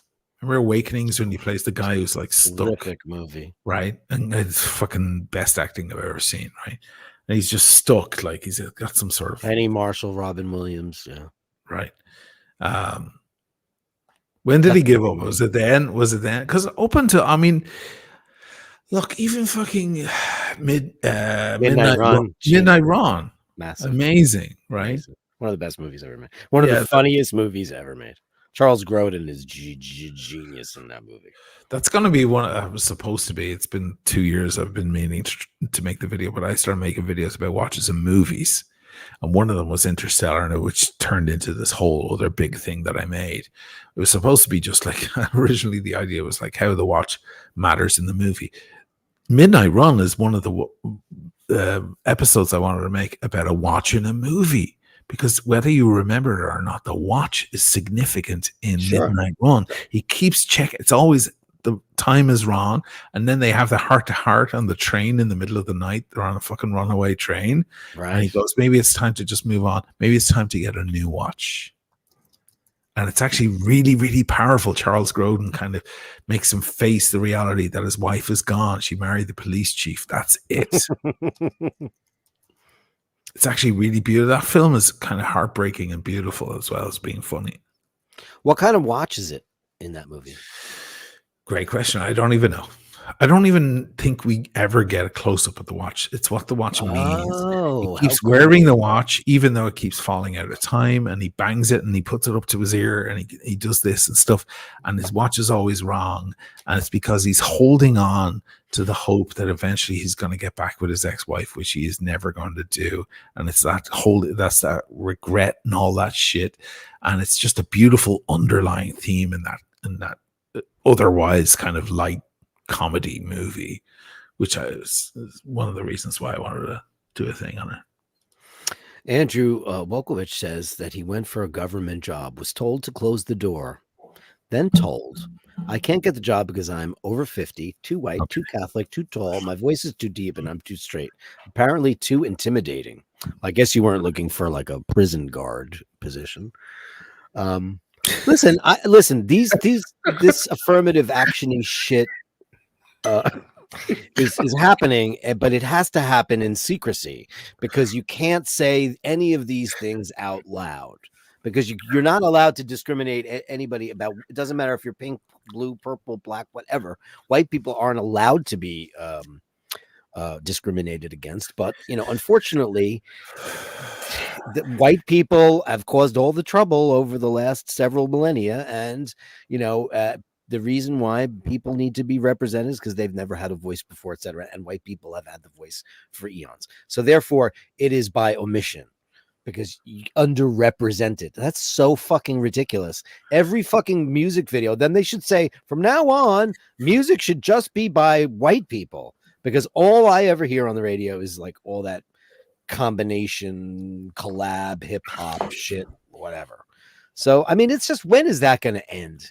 It's just so stupid. It's just the first gripe I would have had with the Oscars years ago wouldn't have been anything to do with this. It would have been that foreign films are being underrepresented, like the Cannes Film Festival and the Leon d'Or here every year in Venice, which is the oldest film festival, by the way, in the world. Always represents all movies equally. So a movie from Korea could win over an American movie. The Oscars were always very slighted toward the English-speaking movie, and then there was Best Foreign Film. Yeah, Merchant Ivory Productions. Right. So I would have always said, like, listen, what we're seeing is not the best movie of the year. We're seeing the best English-speaking movie of the year. Mm-hmm. We're seeing the best maybe American movie of the year. We're not seeing the best movie of the year because it's a big planet. So that would have been my gripe. But I guess their way of dealing with it is to just put in a parameter that like a minority has to be represented, which is just so short-sighted. It is so short-sighted, and it's incredibly wrong. I mean, it's just crazy. And Chris on the Upper East Side says, what, no gingers? They didn't include gingers. They're very underrepresented. But you know what's really funny? And here's the funny story. Should be in the list. Gingers are really big. My mom and my sister are gingers. That's genius. I love that comment. Gay gingers were the scorn of the gay world for forever, and now they're the number one fetish. Gay dudes are like, if you're a gay ginge, you are the king of the castle now. Really? Everybody is crazy for the gingers, and I think it's just that they were afraid to admit it before. That's it. I think there was ginge shame. And yes, most of the time the drapes do match the carpet. So there you go. Good God. Good God is right. Oh my God. There's so much to process in this conversation. Mark in Brooklyn. You always got to be careful what Mark from Brooklyn has to say because it's always very political. Just saying, disclaimer. Okay. But it's Friday, so I'll let you have it, my friend. I have to skip over some of the things because you're always trying to make me mad. Get off my lawn! What do you say? Organization that awards the Oscars have refused to comment on whether Jews can count as underrepresented group under its new inclusion standards that aim to boost diversity in Hollywood. Now that's a very interesting subject because, as we all know, the Jews run Hollywood. Jesus Christ, as Ricky Gervais would say. Yeah. Yeah, there weren't enough black people in Schindler's List, for Christ's sake. Like, what the hell? Here's something, because I live with an Italian American. Most of the time, when you like, how many Jewish people in The Godfather? How many Jewish people were playing Italians in The Godfather? I don't know. Jimmy Caan, number one. Right. You got Mo Green. You've got Abe Vigoda. I mean, there was it was like an astonishing list of Jews playing Italians and Italians playing Jews. It's like, you know what it's called? Fucking acting. Who gives a shit what they are? I don't care. Just act. And if I believe it, if they're really acting well, then I believe it. They're Well, pretending to be. apparently that new Willy Wonka film with Timothy Chalamet. Yeah. Okay, it's a new Willy Wonka or The Charlie first Chocolate comment of the Factory, night. whatever. So apparently, Hugh Grant plays a midget, Oh, and so not that allowed they to say midget anymore. By the yeah, way. okay, whatever he is. What is the Small politically people. small Technically, person? there are no more midgets because they figured that out. There are still dwarfs because that's something they can't fix. But midgets are just small in proportion people. Fine. Those don't happen anymore because in utero. I'm they sorry if I figured it use out. that word inappropriately. No, you I didn't. just It's I fine. don't know the correct way, and I have the right audience right now. They're It's all Friday just- night. Midget. It's midget, Friday midget, night. It's bashers. And the boys are like totally on my side. Like, yeah, fuck that. midget. Fuck Hollywood, right? So anyway, they with computer graphics, they put his head on a smaller guy, and he's like, they did the whole thing. And of course, Hugh Grant is an incredible performer and actor. Yeah. And if you ever doubt that, you need to see that Guy Ritchie film from a couple of years ago that he was in with all right, that actor, right? That guy's incredible. He's amazing on camera. So he's in this, but a lot of people are saying, hey, they could have hired a real guy with that. They could have hired a small guy or whatever to play that role. Why did they exclude the guy? They could have got what's his face, Peter Dinklage, who gets all the dwarf Dinklage, roles, by the way. yes, he Dinklage gets them yeah. all. And you know what? Yeah. He's an angry guy. He's always angry. Angry. He's You're a rich. brooding look in his Yeah. face. You know, he's got a very handsome face. I have to say that. He's in Game of Thrones and shit, right? He's Game of Thrones. He's a handsome guy. He's a dwarf. But this guy is like a pussy magnet. He's rich. He gets every dwarf role that comes down the pike, but he's constantly bitching about it. This guy's very unhappy. Listen. Is he bitchy? I didn't see him bitch. He's Only interviews I've ever seen him in, he's really funny. He's yelling at Disney for the representation of dwarfs in Snow White and the Seven Dwarfs. He wants that to stop. Okay. I mean, really? You can't tell the story anymore. You can't tell any stories anymore. I mean, half these fables, Aesop's fables and Grimm's fairy tales, there's a lot of politically uncool shit going on in there. I mean, when are dragons going to get upset and start their protests? Yeah, dragons are going to wind up Dragons and snakes. outside. Why are we vilifying snakes? Why are snakes always the ones? It's fucking biblical. It's fucking we're perfectly good creatures. Stop representing us in a bad way. Yeah. And an open letter, I don't know how true this is. It's from, I haven't verified this. It hasn't been vetted, but he says, in an open letter, Jewish entertainers slammed the exclusion of Jews from Oscars diversity push BLM new power. I don't know how true that is. I can't imagine that being true because I think that Jewish folks have been very well represented in film, if not more than most. And certainly some of our finest entertainers and actors and singers and directors have all been directors have all been Jewish. Yeah, I mean, come on. There's no lack. I mean, if they're complaining about that stuff, that's really bad because I have 2 words for you: Steven Spielberg. Three words: Steven fucking Spielberg. I mean, all the greatest composers. This is long of all time. I mean, come on. John Williams is like the only Goyim composer. He's a Goyim. He's a Goyim. He's Goyim. I mean, all the great ones, all of them, they were all Jews. All the great Broadway composers, all of them. All of them. Yeah. I don't know. I don't see the underrepresentation of Jewish folks in the arts in any way. But maybe Mark Workland is trying to make the point, like they already have plenty of input and still find a place to complain, which would be a classic trope. Well, I think if Jewish people want to complain, they should start complaining about their underrepresentation in the NBA. Or hockey. Did you hear that Jon Stewart is coming back on The Daily Show? Yeah, I heard that. He's going to start hosting again. Oh my God, it's going to be monumental. The guy's a fucking genius. He's a genius. I missed him. I stopped watching The Daily Show when the other You fella. feel smarter after you watch him. You just feel smarter. Jon Stewart is he's the perfect American for me. Like, I love that man. His brain is so fast and his comedy is so dry. And he had a fucking show. The Daily Show was like weekly or nightly or whatever it was. Do you remember those years? Then they got Trevor Noah. He's funny. He's good. He's smart. But like, it was just, Stephen Colbert moved on to other things. But I'm just seeing that. It's like seeing Pink Floyd rejoin again, or something like that. It's like, we got it once. We did. We got Live 8. We got it. That was good. Yeah. Wasn't that enough? It was enough for me. Yeah, it's fine. Those guys hate each other anyway. They will always hate each other. Yeah. Yeah. Maestro. So Leonard Bernstein was Irish? He used to say, "Hey, you have any Irish in you? You want some?" Boom, ba-dum-bum. Listen. Did Maestro get snubbed for the Oscars? I assume it did. Maestro got snubbed for director. And what about actor? He got the nomination for actor. Okay. Well, I mean, I think he deserves it, right? I mean, it was. I think he totally deserves it. It was very, very good. I think the film is absolutely brilliant, and I want her to get the Oscar. So do I, but she's not going to get it. Who's going to get it? The black girl from The Holdovers. She's going to get it. No, and she's also heavy set. Shut your mouth. She's representing the heavy. You're such a fucking right winger. That's what the buzz. Not a right winger. It's yes, you are. I want Carrie Mulligan to get it. You can't. She's too English. She's too white. She's just not going to get it. It's a brilliant turn.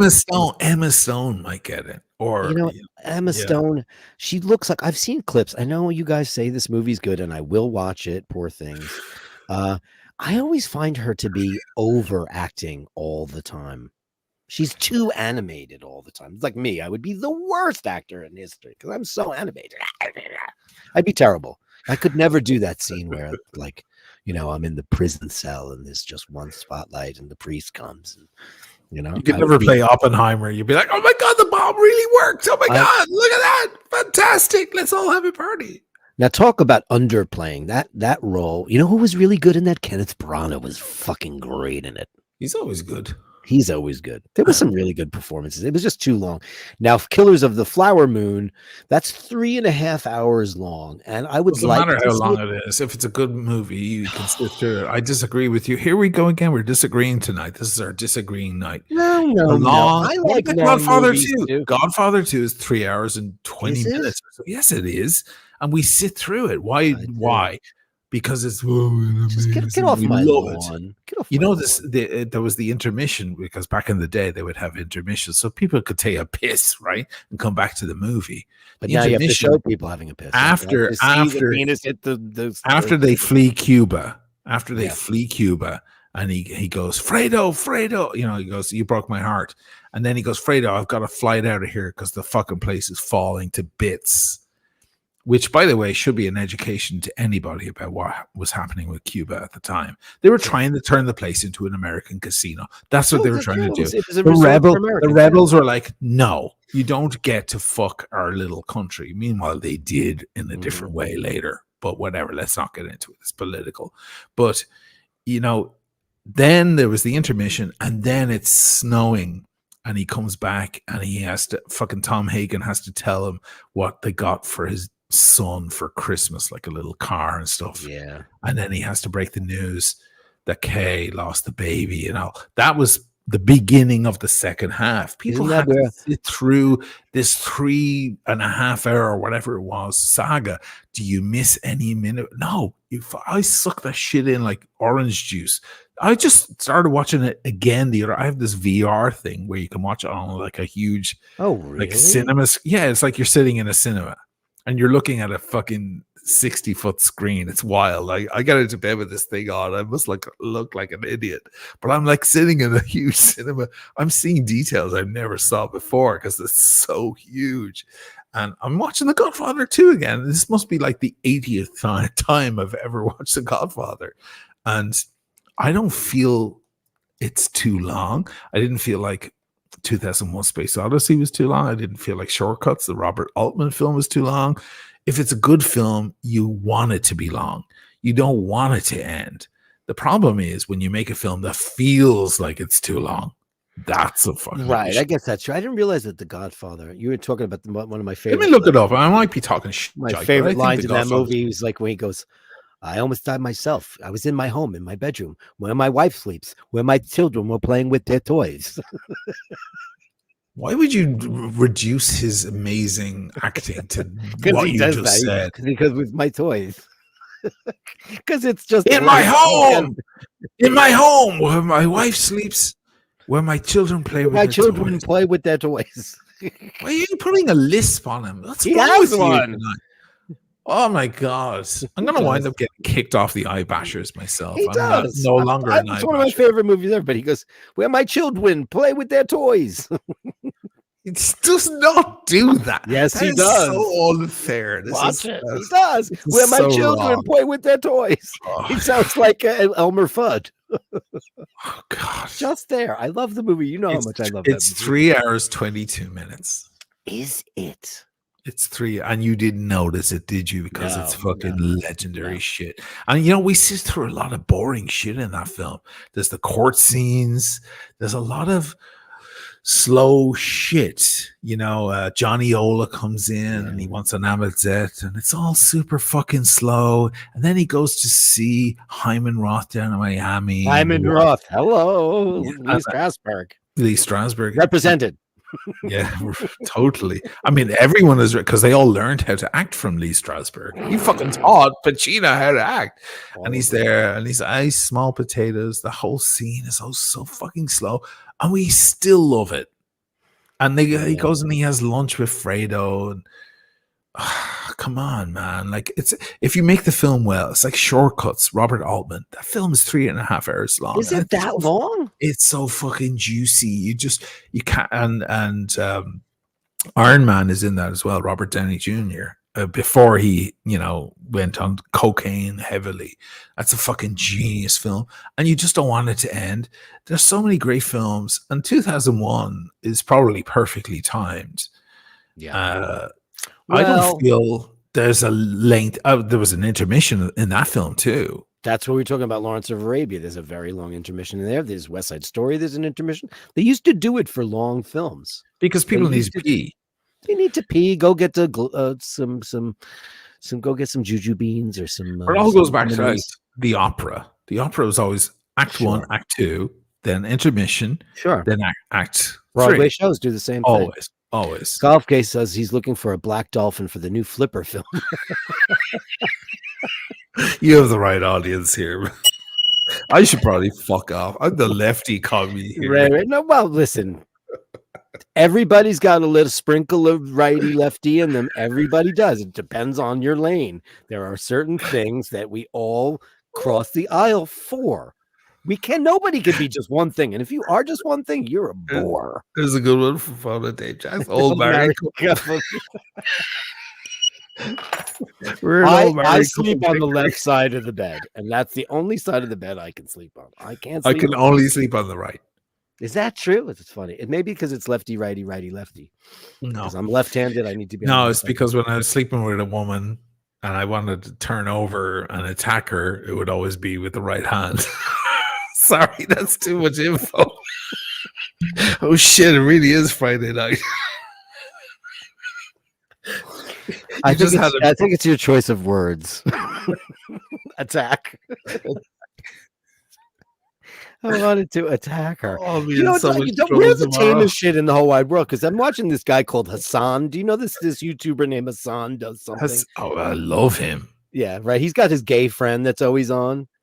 This is the nephew of the Young Turks guy. Yeah, Jenk or whatever his name is. He's hilarious, and I love Hassan. He's a hot dude. Oh my god, he's a total ride. And he's got his gay friend, and I couldn't tell whether or not the guy was gay because he doesn't seem very gay. But all they do is talk about like. There's no way anyone in the audience likes Hassan. No one in the audience likes him because he's a super commie lefty. Oh, is he? I've never seen any of that. He's got a couple of channels, so maybe I'm not watching what you're watching. He's been around for ages in political commentary. Oh my god, that guy's huge in that shit, and he has lots to say, and he's fucking. That guy dominates. Oh, He's fucking mad. He's like Ben Shapiro, but on the left side. I didn't realize that. Yeah. Real alien to play ET in remake, woke anchor sources. Yeah, I mean, that's true. Why when we have a depiction of an alien, why aren't we using Venusians and Martians? Yeah, real aliens. Yeah, we should be getting them from Area 51. It's just so mad We'd that like they to actually cast. wrote it. Yeah. They Yeah. actually wrote it in a list. Well, sorry. Well, so I guess now when they So talk about Topster's right. Topster's right. no, Tubster's right. The reason why Bradley Cooper is not faring well for this film in general, and it's one of the finest films made this year. It's beautifully done. It's gorgeously filmed. Oh Jesus. Matthew Yeah. Libatique did such a beautiful job. No, yeah, just the film grain and everything. It's gorgeous, It's and the really beautiful. focus and the lenses, everything about it. The Yeah. framing is fucking amazing. When you see clips, like Yeah. when comparing movies, because right now there's lots of channels comparing movies, and they show clips of that, you're like, oh shit, it looks like 1978. You know, it's all grainy and filmy and beautiful. Yeah. Can I Sorry. say, and I know Christopher Nolan shoots on film as well, and this was IMAX and a bunch of stuff, but Yeah. his black and white, the photography on this particular film, I didn't like the saturation on it. I know that they went for kind of a washed out look. It looked like the frame rate was a little bit fast. I didn't enjoy that, like, in Maestro, the black and Mhm. white looks like it's 1940. There's this sheen to the black. It's very contrasty. It looks like something that was shot in the 40s or 50s. It looks like it because he was very crazy about the aspect ratio because it changes throughout the film. Whereas on the Oppenheimer thing, there's just color and black and white. I didn't see any aspect changes, but it's very washed out looking in the black and white scene. And I was like, because he's Christopher Nolan he shoots his own movies too, pretty much, right? Doesn't he operate the camera quite a bit? Yeah. I think he does. I just wasn't knocked out. Anyway, Matthew Libatique, he's the guy that who is a person of color, by the way, Academy Awards, and they did nominate him because it's beautiful. Everyone's saying that Bradley Cooper made this film to win an Oscar. And my argument is that, do you really spend 6 years of your life writing and planning and executing a film, learning how to conduct, and all of that shit just because you want a fucking Oscar? Do you do that? Does anybody do a movie because they want to win an Oscar? I'll double down on it. Always reverse engineer if you're suspicious about anything, even conspiracy theory, political, whatever you want. Reverse engineer it. Go from the end event backward and see if there's and see what motivation there was. When you see Bradley Cooper getting snubbed, he will never complain. He will applaud the guy who actually won.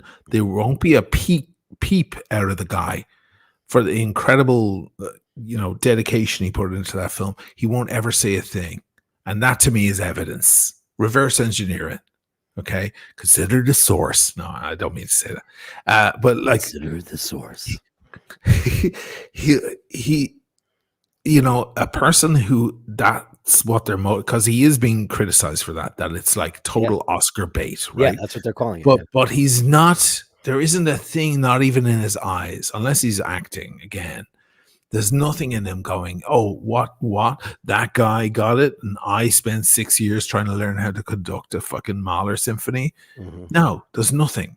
So I don't see it. I see just a guy who's dedicated to the role. That's all I see. I think this is a passion project. I think, first of all, do you really pick a semi-obscure composer, conductor that the kiddies don't know who he is? We're lucky that we do because we grew up, and I've got 8 years on you. You're, schooled musician, so obviously you're going to know more than most people in your age bracket, because a lot of people that are under 40 won't know who. Yeah, they won't know who he is. They won't know. So you know what? I'm going to pick a subject on a Jewish guy, Jewish conductor who was also gay. He's being represented all over the place. That movie had no problems getting in there. It was not nominated for best directing, and I think that the director, even though while he was brilliant, if he was gonna win for his acting, because it's very over the top, but so was Bernstein. He was a very flourishy conductor. This film may be doomed to be, like many other great films, appreciated after the fact. Yeah. It's like fucking Shawshank Redemption. It got nothing Yeah. Nobody cared, and it's since then become one of the great classics. Many films become, even Blade Runner was fucking snubbed Yeah, it didn't do left, right, and well. center, and became a fucking cinema classic. It might be the case with Maestro. It just becomes this film that is appreciated in years to come, and everyone, listen, let's face it. Let's face it. Everyone forgets who won the Oscar. Everyone forgets eventually. Like who Yeah. won the Oscar it fades within a year or two, and then it becomes the great films of all time. And everyone in the audience knows Shawshank. Shawshank won nothing. From what I understand, it won nothing. Fucking Forrest Gump won everything that year.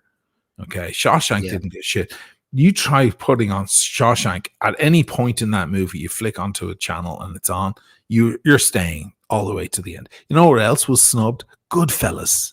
Goodfellas was fucking Unbelievable. snubbed. Well, they had a problem with Scorsese for a while. They No, they did not. hated He Scorsese. was not nominated for Raging Bull, was he? No, he never got nominated. You know when he started getting nominated? Fucking Aviator.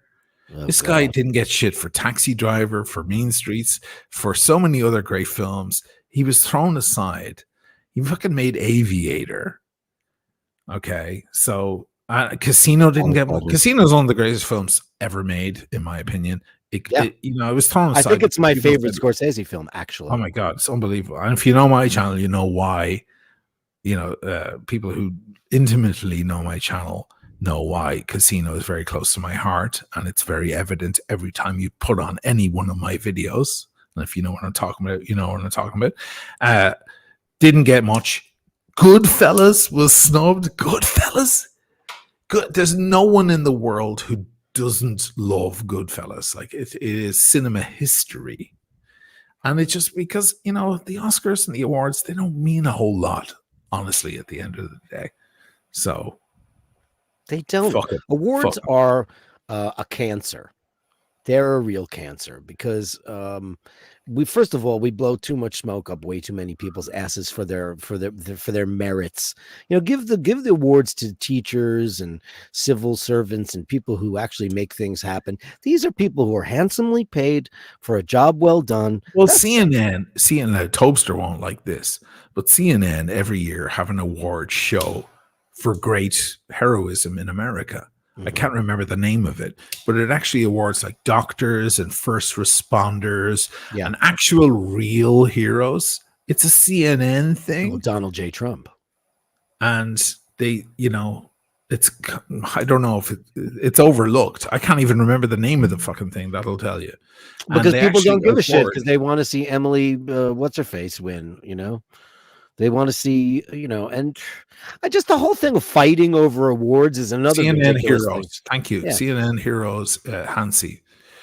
CNN heroes. They actually award doctors, first responders, people in government and so on who are trying to work for change and so on. They're actually, giving awards to people who actually make a real change in life. But it's never going to work because it doesn't have the celebrity feel that, Hollywood has.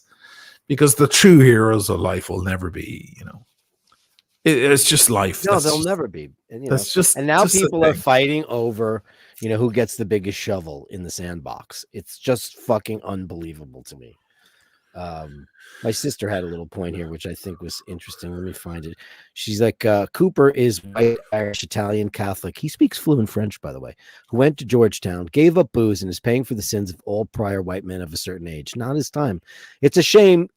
I never knew he was going to be the artist that he is, but he's living in the wrong time for him to be awarded for his work. It's just the wrong time because there's other people who are in emerging demographics that are going to get the nod.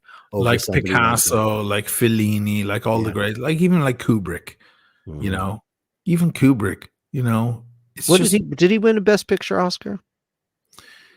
Kubrick. That's a very good question. And if he did, what would it be for? Barry Lyndon? I don't know. That's a really. You don't like Barry Lyndon? I love Barry Lyndon. Fuck that. There's not a Kubrick movie that I don't love. I love them all. I don't think. Is there any movies by him that I don't like? Oh, he has a shit ton of awards. We're totally wrong. Best Director 69. He's a nominee for 2001. Best directing. This is very complex. This website. Sorry.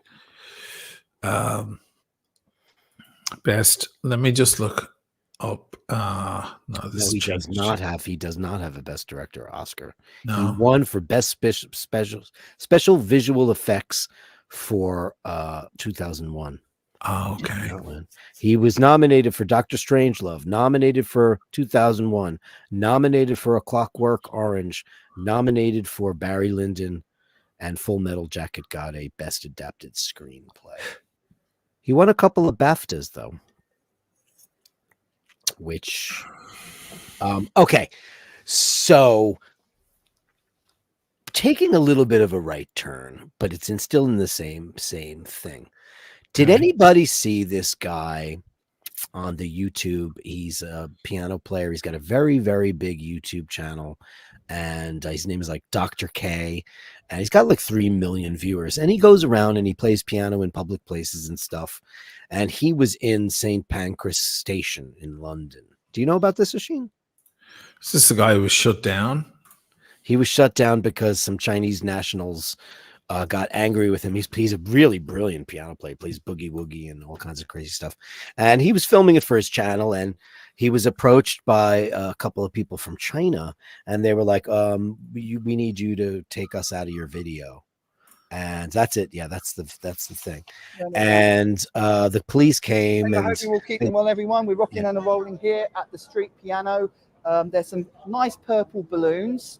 I'm going to go get a drink. I'll be right back. And okay. Stay there because there's all sorts of things going on in the station. He looks like fucking Anthony Bourdain. Today, so Okay. It's a long video.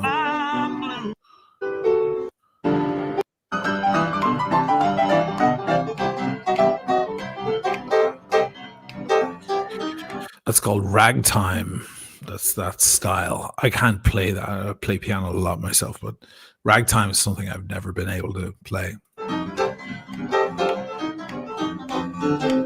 it's just not us. No, but Oh.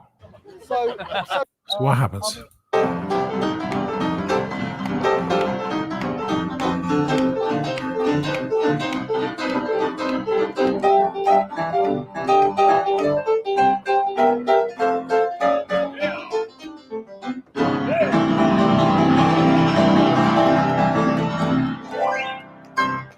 Beautiful. Oh yeah, of course, we've got the Chinese here. Oh yeah. It's Chinese TV filming. I don't know. Are we allowed? We're not allowed. We're not allowed. You're not allowed because we're for Chinese TV. Oh, okay. This is non-disclosable. It's not disco. Yeah, not disclosable. It's no disco. It's not disclosable. What's she saying? I'm not disclosed? Oh really? Yeah. Okay. So if you think the fact that So will we get in trouble with the Chinese government? maybe not, I don't know. But he said you can't Japanese. No, they'll put you in prison, mate. So just say that according to the Chinese law, we're not allowed to film you. Is that right? So basically, we will much appreciate it when you are, whatever you're doing, that you don't put our face on TV. Yes. Okay. So what will happen if Just don't do it, please. I will really appreciate that. Okay. We just very sensitive about this. I'm really sorry, but we love your music. We would want to stay here for a lot longer. I mean, the only thing is, it's just like there's other people filming as well. That's absolutely fine. That's the other people's business. They can make their own decisions. So, That's absolutely so fine. how come Sarah? It's the only issue It's I've just got. not us, please. Just not us. No, but please. what I'm saying is there's other people filming you as well. Oh no! It's just. Wait, they were filming the guy playing piano, not these bystanders, these onlookers. This doesn't make any sense. Just make sure that we are very, very secure in the reason that we don't want our voice or picture being filmed. And then, that's just the relationship between you and me, you and us, basically. What relationship? Just now, we are very. So I'm gonna repeat that. All of us, we cannot share our images online. Right. Yeah, there's Because no reason. why? That's our choice. That's our right. Oh, so it's not a legal thing. It is a legal thing because this is our right. We're protecting, and we don't want our voice or images to Okay. be reviewed online. I'm really appreciating it. This is not your fault, obviously, Yeah. and this is not our fault, obviously. But what- We have our own agreement with other people that we cannot be shown online. Okay. We are so sorry about this. So who's allowed to record you then? Just making sure you're not recording us, yeah. Because if you are recording us, that when we are saying this, you're still recording, and then we will put a legal action into it. Oh, okay. Yeah, we will put a legal action Really? into it. For what? We will. Legal And I'm action? sorry, this is the end of the conversation. This is our right we're protecting, and that's it. But what right? I don't understand. Image right. Image right? Yeah, we're not sharing this Are image you right. from China? That's not a question. The only thing we are arguing is that we are protecting our own image rights. You're not sharing. But we're in public. Yeah, exactly. No sharing. So we're not allowed No to share. sharing. Yes, no sharing us. Share it yourself. That's fine. No sharing. Okay. No And sharing. what- Please share me. Oh, Yes. yeah. And if one day, I like this guy. I'm really sorry. We're on a schedule But, here. so That- me too, but we're in a free country, mate. That's true. We're You are not in in a free communist country. China now, you know. Oh, I'm sorry. This is racist now. No, we're not in communist China. We're in a No, free no, no, country. Yeah, good point. Good point. This is We're in a free country, mate. We can film where we want. I mean, they're waving If you Chinese want, I'm quite flags. happy to call the police, you know. But listen, we're all He's a free here, fucking mate. sick player. Did you see him play? When you're in one, you do. He plays some beautiful ragtime stuff. Crazy. That left hand is nuts. No, yeah, it's always with ragtime. It's all over the place. But listen, okay, so what's your issue? You have an issue? Me? Yeah, No, I just asked if you'd seen articulate- it. No, I hadn't seen it. I had seen shit around the internet with this dude. I'd never seen him before. Actually, I'm ashamed to say I don't know. Got a who big he- channel. Okay, so but I saw that there was some sort of uproar about this. So basically, he's there filming himself publicly Mhm. playing piano. Yeah. And there happened to be some Chinese nationals nearby also filming. Yep. And they asked for themselves not to be filmed by him. Is that correct? Yeah, pretty much. Yeah. And he said, well, just then go over there because I'm filming at the piano. And then I don't know if you Yeah, got to that's the what point they where- were filming because, like, back here, this is the video. That's who they're filming. They're filming him playing. Yeah. And the people, the onlookers, Yeah. So if they don't want to be filmed while he's filming, they can that, walk away. They can walk away. Right. The problem is that the cops came later on. They started to side with the nationals first, and then he was like, "No, this is England. This is free. I'm in a public spot. This Right. is a public piano. It's donated by Elton John, by the way. This piano was given to them by Elton, and for anybody to play." And he's just like, "No, I'm playing. This is for my channel." And he obviously knows the police officer because he calls her by her first name. And finally, they have a conversation with the Chinese nationals, and then they walk away. And what has happened is there's been some legal wrangling since this went online, and he's been on Piers Morgan. They're trying to delete the video because they're saying it is their choice to not be represented in his film, which after the fact, he could blur it if he wanted to. But I just think that they were being cunts. I think they should have just left. They should have just left. They're in a public space. They can easily be filmed in a public space. Yeah, I think he tried to. He just seemed very taken aback by it. Like he's like, "All right, well, you guys could go then." And they're like, "No, you've already filmed us." Well, tough shit, Sherlock, right? Right. But this is. I mean, it's like up to 8 million views or something crazy like that. So what's the essential point? Is that it's like communist China trying to move in Great Britain? Is that what's the vibe? What's the feel here? I think the vibe is that he is trying to exercise his rights as a free British citizen to do as he pleases, and then a country that is controlling of how they are perceived and or photographed and or represented are trying to change. They are trying to stop him from exercising his rights in his own country. That's what it seems like it is to me. And That to most seems people. exactly it. Yeah. Yeah. So they're basically trying to say, "Oh, but no." And he's like, "Well, you're in the UK. You're not in." And he keeps saying, You're not. At first, he thought they were Japanese. Which is they should be more angry about that. I mean, But like they're technically wrong unless it's in China. Maybe there are they're different totally laws wrong. in They're China. totally wrong. Listen, if you have you ever not wanted to be photographed? And let's not talk about this. How about this? They're in London, which is the capital of CCTV. There Right. is a camera on every angle of every Yes. wall in all of London. You Yes. cannot walk a half a centimeter in that town without you being tracked. You're being Yes. tracked 24 hours a day in London. So I don't know what they're doing, what they're there for. They're obviously filming some kind of pro-Chinese thing because they're waving Chinese flags. And he goes, Right. "Did you see the boy?" He goes, they go, well, no, that's politics. He goes, well, aren't you waving a communist China flag? I don't know. It's crazy. I didn't get through I mean, it's nearly 40 minutes It's long, very this whole long. thing. It's very long.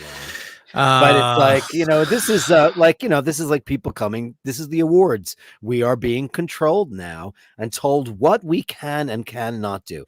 Listen, I'm a No, white the guy. laws are very clear in Yeah. most Western countries. If you're in a public space, you can't demand that you not be filmed. You're in public. If you don't want to be filmed, you walk away or you go inside. Inside someone's home is a different thing, or inside even an establishment, the proprietor can demand. But once you're in public, you're on a street, you're out in a public mall like that. That's it. That's, you could be easily filmed. There's no. Sure. You know. Tobster points out you might have skipped over this part because you skipped the part where the CCP guy gets pissed and yells at him when he points at the China flag. Well, what had happened was, I don't know if you saw this part. No. There was a point where he was trying to make a point about it being political. He's like, I'm just a piano player and I'm here in this station. He goes, if you don't want to be here, he goes, this is a free country. And he goes, yeah, but we choose, which of course in their country, they don't get to choose. Right. Apparently. So, which is the funny part. But so they exercise their choices when they're abroad. So, Right. But then he goes to point at the flag that the woman is holding, and the guy yells at him really loudly and says, "Don't touch her! Don't touch her! She's you're not the same age as her. Forget about the fact that you shouldn't touch any What? woman that you don't know." But he says, "You're not the same age as her," which just goes to show you that these are creepy.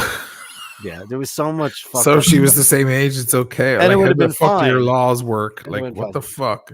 By the way, I made a Mito and I fucking went through it already so quick. I'm like going through it so fast, and I'm out of vermouth now. Oh shit! You're just on the Campari now. No. This has it in it. Oh yeah, But it's light. fine.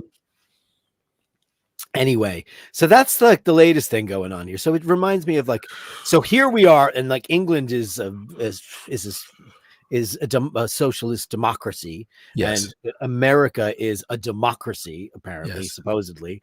So now we have people coming. You can film people on the streets in the United States. 100%. You can. 100%. Yeah, Absolutely. you can. But you cannot make a movie unless you include certain people. We dropped the mic. Bonk. Toaster McDonkey just got an erection.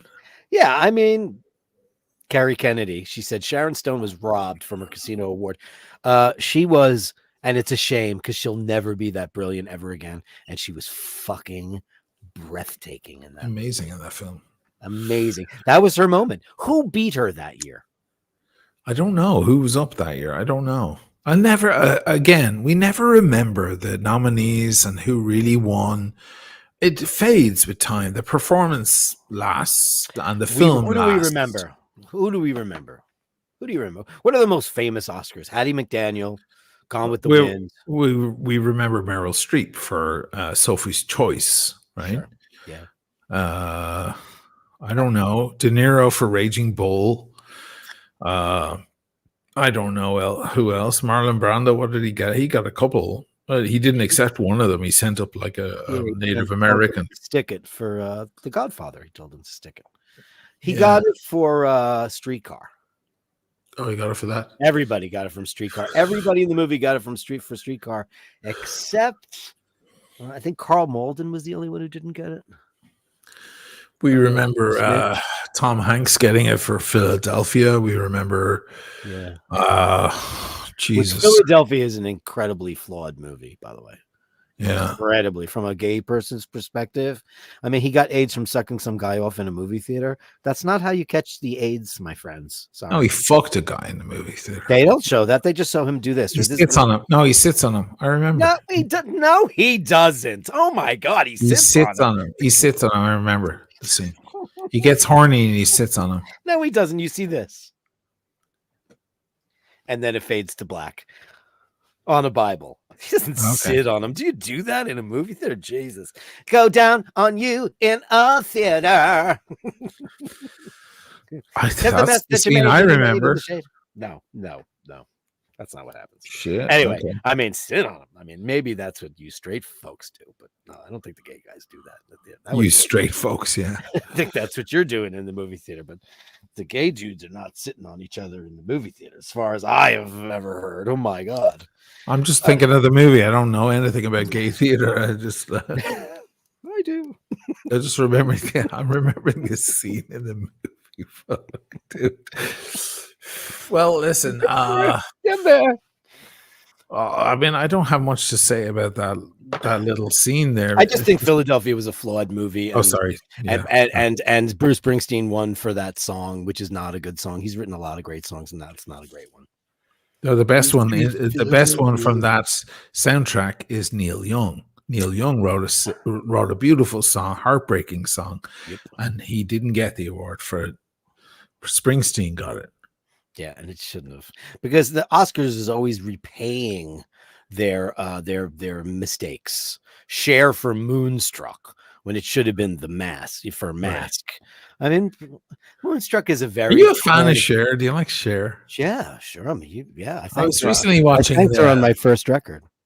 Really? Yeah. I was just for some reason I started watching Cher clips, because Cher, there were two things about Cher that I was always confused about. First of all, is that she's sexy. Like, I never found Cher sexy at all. Okay. And me neither. Okay. But then I went back in the clips back into the 70s. And I was like, okay, I can kind of see she's kind of a big, tall, strange looking woman, maybe. Yeah. Bit Grace Jonesy, but like white or more Italian looking, or Greek or whatever she is. What is she? Armenian. So Sarkeesian.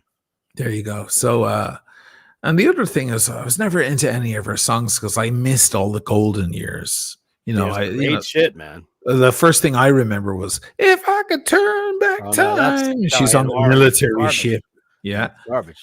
But then I went back and I found like Thieves and Gypsies, Tramps. Yeah, and I was like, "It's amazing." That's Lady. Yeah, that was fucking great. Magic, light the candles one by one. So I'm trying to figure out, like, if I was like, I don't know, 15 years older, would I be a Cher guy? Like, would I? I mean, listen, she's a gay icon for a lot of reasons, because she's been around and she still looks good, and she's 80.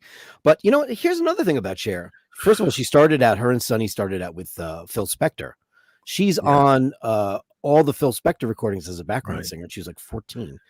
Bang Bang, their first song, Bang Bang, you shot me down, bang bang, that whole thing. That's Phil Spector. And Sonny Bono wrote all their songs, and she evolved into a TV personality, the Sonny and Cher show, and then the Cher show, and then she did disco. She had. You want to hear a great record by her? It's just called Cher. It's from 1986, and it's like a rock record from the 80s with like Richie Sambora, because she was fucking him at the time, and it's really, really. Did she ever get married?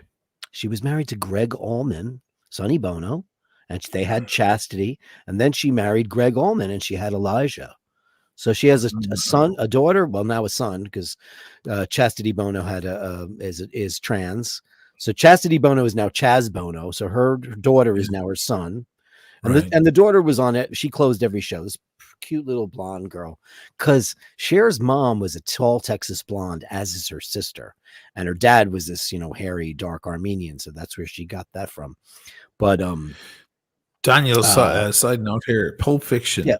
When I heard of Pulp Fiction, it was before it was in the cinemas in the Western world. It won at Cannes Film Festival. It got best film at Cannes before anyone saw it.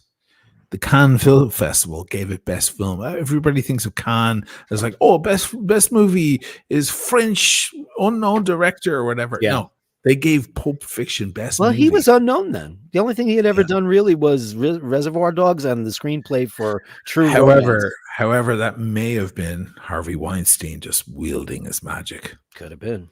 Have you ever seen the film with De Niro? It's an unknown film. It's called What Happens Next. You bet I fucking have. Yeah, and it's all about producers and Bob Evans, right? Yeah. All of those, all the whole scene. Sure. That is the most. It's great. It's the most deluding and disappointing film because it's a brilliant film, but it's like how it really works in the movie industry, and even Cannes is involved, the whole thing, and he winds up having to like hitch a ride on somebody's fucking jet to get home and stuff at the end. He's like fucked.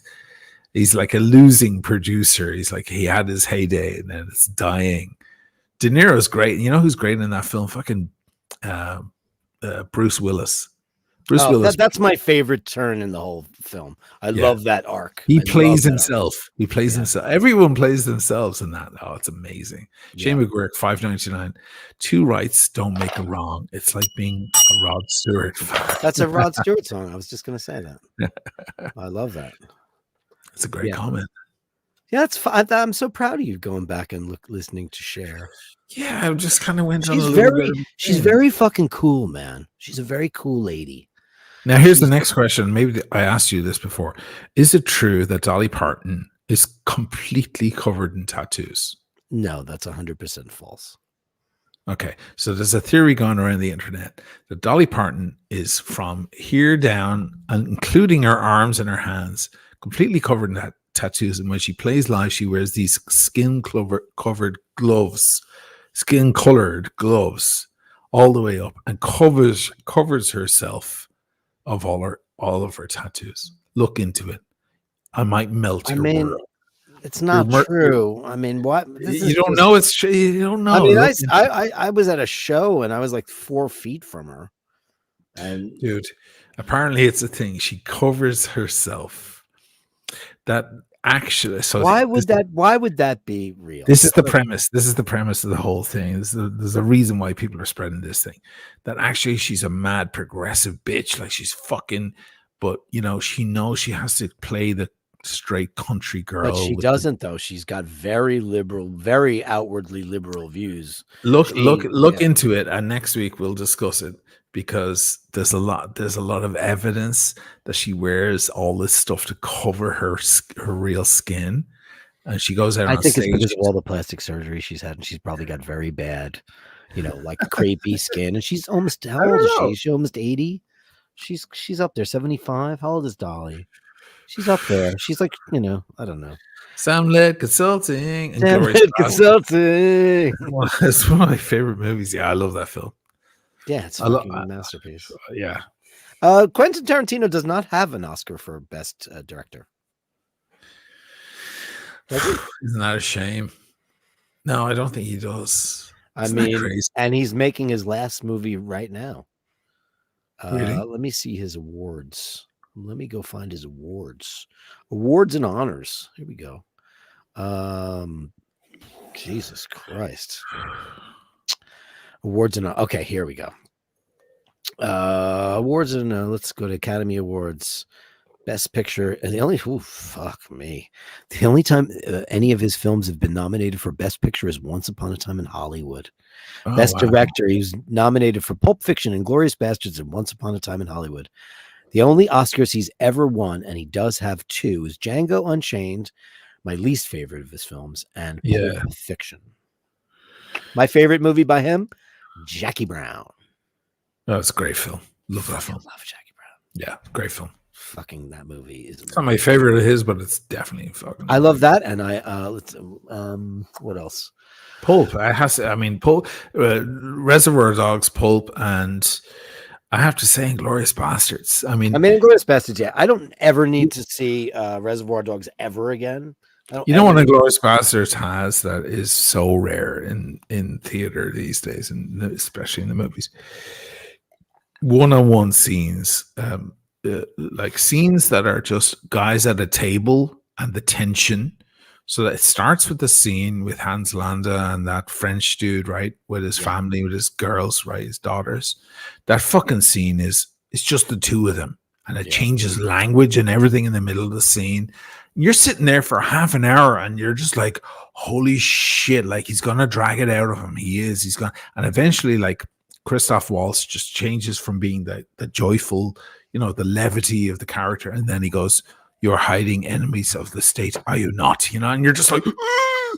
And then later there's the scene with Michael Fassbender and Diane Kruger. That's the best scene in the whole movie. Yeah, I am they're also in the curious fucking as to where bar. your accent is from. Then. Yeah, he goes, drei Klasse. And oh man, that's a fucking scene. What a tell that is, right? And the other bunch at the other table are all playing the game with the cards on their foreheads, and then he decides to play it with them. You're sitting watching one set scene for ages. Like it must be 40 minutes long. Yeah. And it's a super set piece. I mean, that is Michael Fassbender. First time I ever saw him. Oh man. And then he switches into his British and he goes, I hope you don't mind if I go out speaking the King's. Yeah. Hope you which don't is mind. So brilliant because I grew up, there was always the Queen of England, the Queen's English. Can you have been there? Yeah. Can you speak the Queen's English? But of course, that was my generation. Back then, it was the King's English, right? And it wasn't the King's English; it was the King's, just the King's. And then, of course, the Drei Klasse, like 3 is here in Europe. It's like in Italy and Germany, 1, 2, 3, and we of course have 1, 2, 3. We go 1, 2, 3. 3 points, 3 beers, 3 whatever. But over here, it's weird. And as I got used to it in Italy, seeing that as a 3 is odd, right? Yeah. And I'm sitting there in the theater watching this fucking film, and he goes, and the whole thing, and she goes, "That's the German 3. The other looks odd." I'm like, oh my God, Quentin Tarantino is a genius. Right? Oh my God, he just spoke about a little detail that only if you travel different countries. King of that shit. He's the king of that. It's amazing. The minutia. That's why he's so great. Yeah. And he says he's got one more film. He's making a movie called The Film Critic. That's his last film that he says he's ever going to direct, and it's about a very famous film critic from Los Angeles in the 70s. And he said that's going to be his swan song. Jesus Christ. Yeah. Hey, he's going to go live in Tel Aviv, right? He's fallen in love, right? Has he in love with Tel Aviv? Yeah, he moved there, yeah. Did he? Yeah, he's gone back to his old, or whatever he thinks, There's the highest rate of skin cancer in the world because all these Polish and Russians and Americans decide they're from there and they go there and the climate's like. But he's not Jewish, though. It's made for Arabs. Of course he is. Italian? Tarantino's. Oh my God, no! Tarantino's completely Jewish. Quentin Tarantino's Jewish? Oh yeah, completely identifies as such. That's why he made Inglourious Basterds. The whole story. I always thought he was Italian with that name. Tarantino, yeah. Well, maybe one half or one part of it is. I had no idea. Completely identifies as a Jew. That's that's fine. I guess he's not going to be hiring Mandy Patinkin anytime soon. or Ana de Armas. See Ana de Armas? Yeah. She's gone up against Gal Gadot. No, Ana de Armas has gone up against Gal Gadot. Everybody. Gal Gadot is like, yeah, fucking terrible. But Ana de Armas is Cuban, right? So she's gone up against her now. Do you think she's a total bang? Ana de Armas is a dream woman. Oh, okay. I'm just curious because she's beautiful. That's a dream. She had a very short role in the last James Bond movie, and it was a shame. She should have been, because I hate that annoying love interest of his in the last 2 films. Ugh, boring. Milquetoast German. Australian. She should come back as another love interest in one of those films. She is insanely beautiful. I actually liked the Marilyn movie. It was very disturbing. I liked it too. People didn't like it. I liked it, and she's amazing, and she's super beautiful. What a cute little button. That's a cute little button. That's what. Is she too short though for you? Because I don't think she's one of those. She's never too short. I like tall girls, but I like short girls too. You do. Yeah, I didn't know that. I thought you liked the big. I've dated lots of short girls. Fucking loads. I only know one. I've dated a lot of short girls. It's fine. You know it is great with a short girl. They love taller men because Sure. women in general love a taller man. And there's a thing about when they look up to kiss you, you know, they look up into the sky. It's like they're looking into the sky at a statue. So it creates this kind of, sensuality. It's a beautiful thing. Short girls are little beautiful things in small packages. There's nothing wrong with that. Okay, I didn't know that. Yeah, My sister is she related to me or what? Liam should have won for The Color Purple. People are up in arms that The Color Purple musical didn't get more nominations. Well, maybe it's crap. First of all, The Color Purple was an amazing movie. Steven Spielberg should have got an Oscar for that, but he didn't. And you know why he didn't get it? Use your imagination. Have you ever seen The Color Purple? It's a masterpiece. It's great. I did see the clip when Elizabeth Banks, is that her name? She's great. I love her. She's great. She's converted. She's a converted Jew. Yeah. She's brilliant. She's fucking amazing. Her comedy timing is amongst the best in the business. I love her, and I love the films she's been in. But she did some award ceremony or something like a year ago, where she goes, Spielberg, great, but you never had a black female protagonist, or a black protagonist, or something or female protagonist, or something like that. She calls him out, and people applaud. But then somebody yells up, goes, "The Color Purple." She goes, "Oh shit, yeah, The Color Purple, I'm wrong." She just got fucking snagged right there. Boom. Egg on face, Egg baby. on face. Like Everybody loves to call Spielberg, out Spielberg is going to take sides. Spielberg made Munich, for fuck's sake. He made Munich. You saw scenes in Munich that a lot of people wouldn't have been happy with at all. Tons of them. Okay, so First of all, he's not taking sides. This is an artist. This is an artist. Artists don't take sides. That the good ones don't. And it was another one of his little secret projects too. Munich. It was like like Schindler's List. He kept them under wraps. These films. He makes these statement pieces, and he doesn't. Nobody knows. Like he's made the big BFG. Nobody cared about that. Right. Do you think Spielberg's got any more massive flicks left in him? I would say so. I don't see why not. He keeps making good films. I mean, what's the last? What was his last big film? I loved Tintin, by the way. Did you see that? And that's not my genre at all. And I loved it. It was so fucking good. Then he did the BFG with Mark Rylance, who I think is amazing. I missed a few of his films. West Side Story I saw, which was shockingly excellent. Really? Except for the auto-tune. Oh, yeah. It was a beautifully done, faithful recreation. Every single note of Bernstein's score and Jerome Robbins' choreography retained on purpose.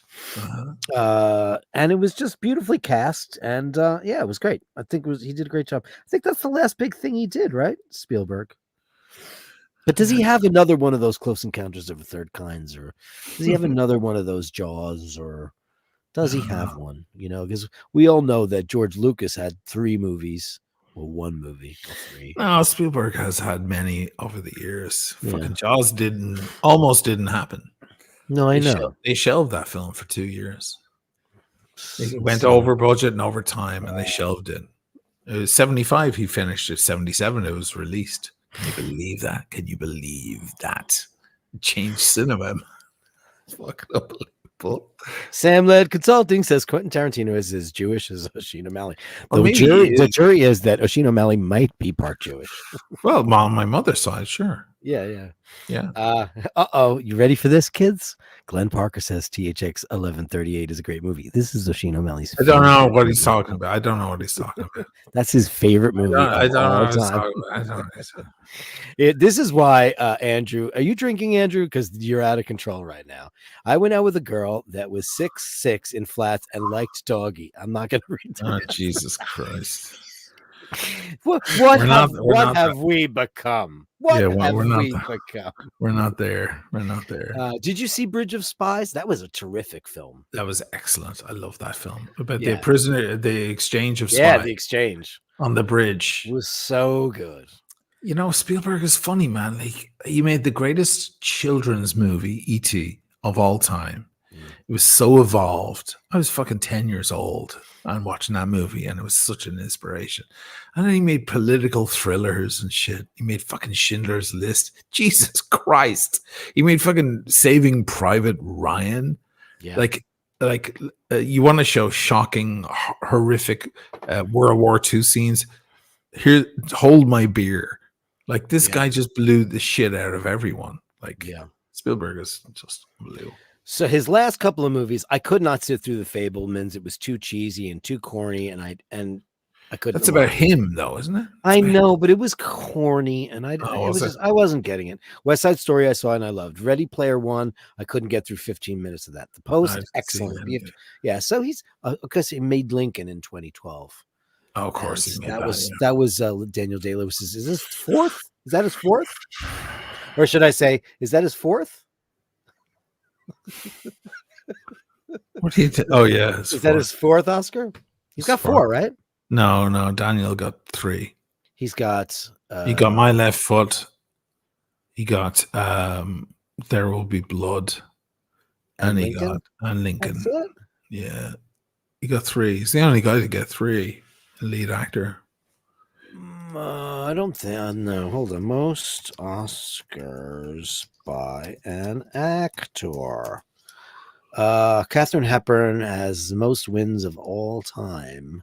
What And she that get? is acceptable. That is 4. Daniel Day-Lewis has 3. Frances McDormand has 3. Ingrid Bergman has 3. Jack Nicholson has 3. Meryl Streep has 3. And Walter Brennan has 3. What did Nicholson get?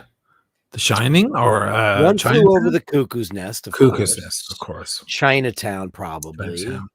Let's see. Jack Nicholson. Let's see. Jack. I hope nothing in the past 30 years. Oh, As Good as It Gets. He got that. Oh, As Good as It Gets. Okay, fine. That's a great one. Okay, fine. That's a great movie. Greg Kinnear should have won the Academy Award for that. By the way, he maybe he was nominated, or whatever, for The Departed. The Departed. He won for As Good as It Gets, Terms of Endearment, and One Flew Over the Cuckoo's Nest. Oh, Terms of Endearment. He got Best Supporting Actor for Terms of Endearment. Oh. So Day-Lewis still holds the record, right? 3 lead actor. Right? Probably. Let me go back to that. Where was I wonder will that fucker ever come out of hiding? Because he said it was his last movie, The Phantom Thread.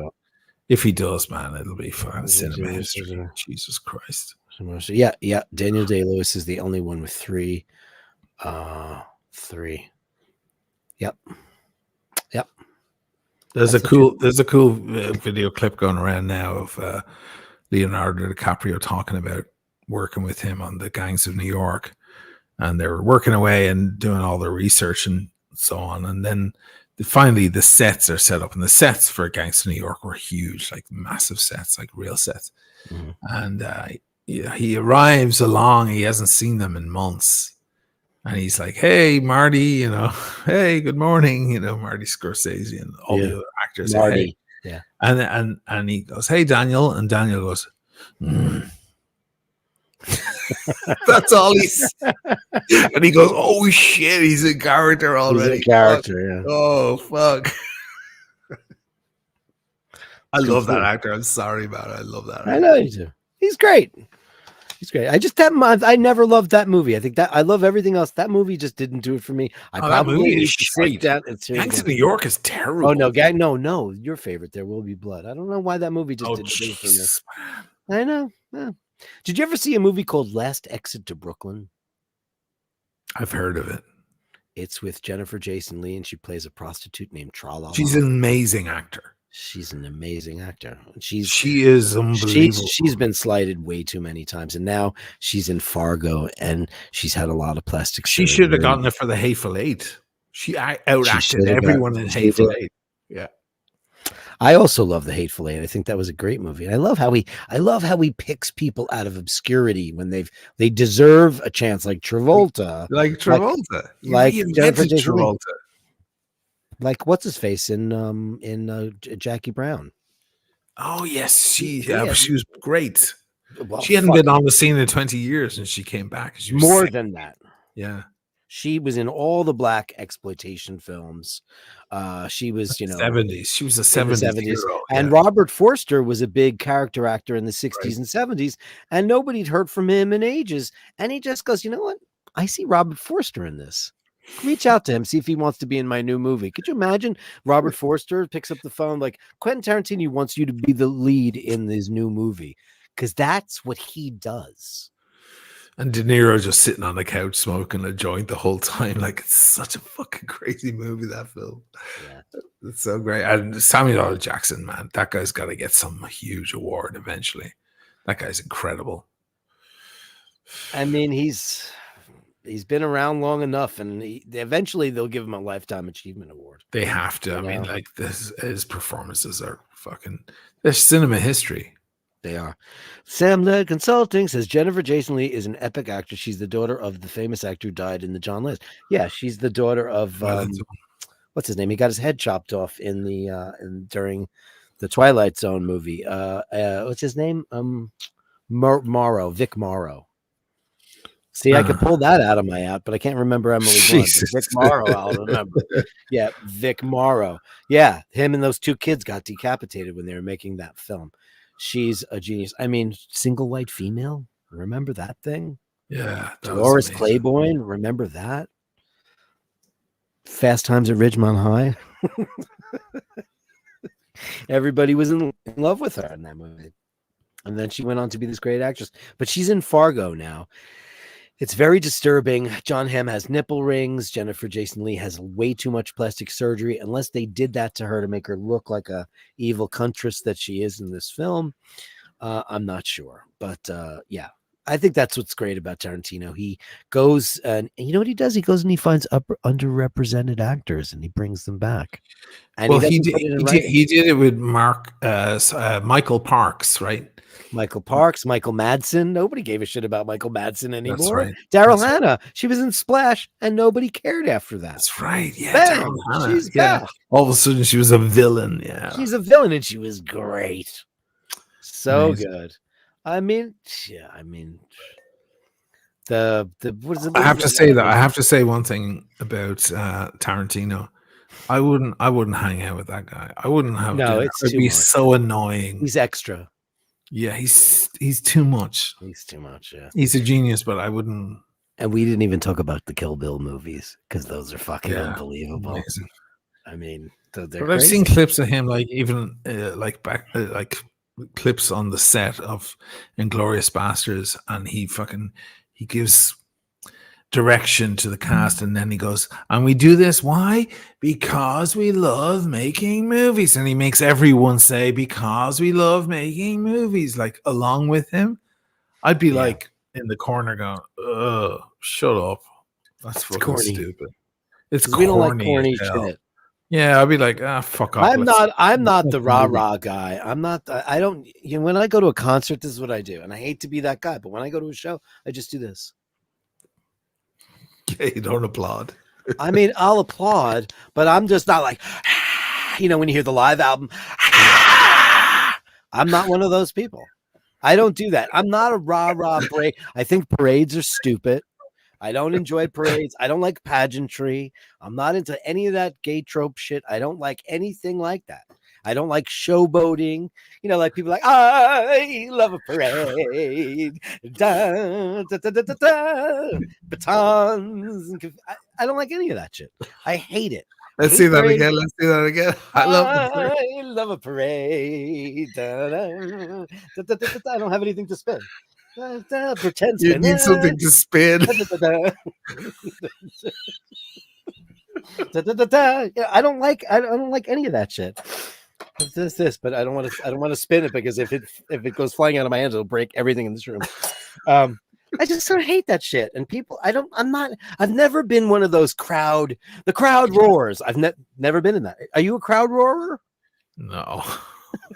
Me? Do I look like a crowd roarer? When you go to the show, you're looking if I'm even there. This? The people at shows, I might sing along. The last time I've probably done it a couple of times. And the last time I remember was Roger Waters at Jones Beach with my brother. It was a birthday gift. He brought me to Jones Beach to see Roger. And it was Can't You See? It All Makes Perfect Sense. Oh yeah. Expressed in dollars and cents. And I fucking Oh, stood shit. up out of my seat and I was just like, fucking yeah. I just had like a 5-second thing to just like raise my arms in the air for Roger, but that was it. Which tour was that? Was that the tour with Doyle Bramall? I think it may have been a Dark Side of the Moon. Oh, okay, I saw that in tour. the garden. Yeah. Andrew It's good. Oakwood, 10 Canadian dollars. That was because of my parade, right? I love a parade. Da, da, da, da, da, da. What a glorious feeling. I'm happy again. You know, it's like 40s fucking musicals. Oh, what a beautiful morning. Oh, what a beautiful day. I hate pageantry. It's so fucking gay.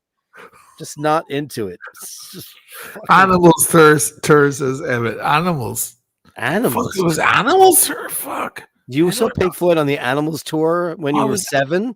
No, it was a redux of the Animals tour. Did he do the Us and Them?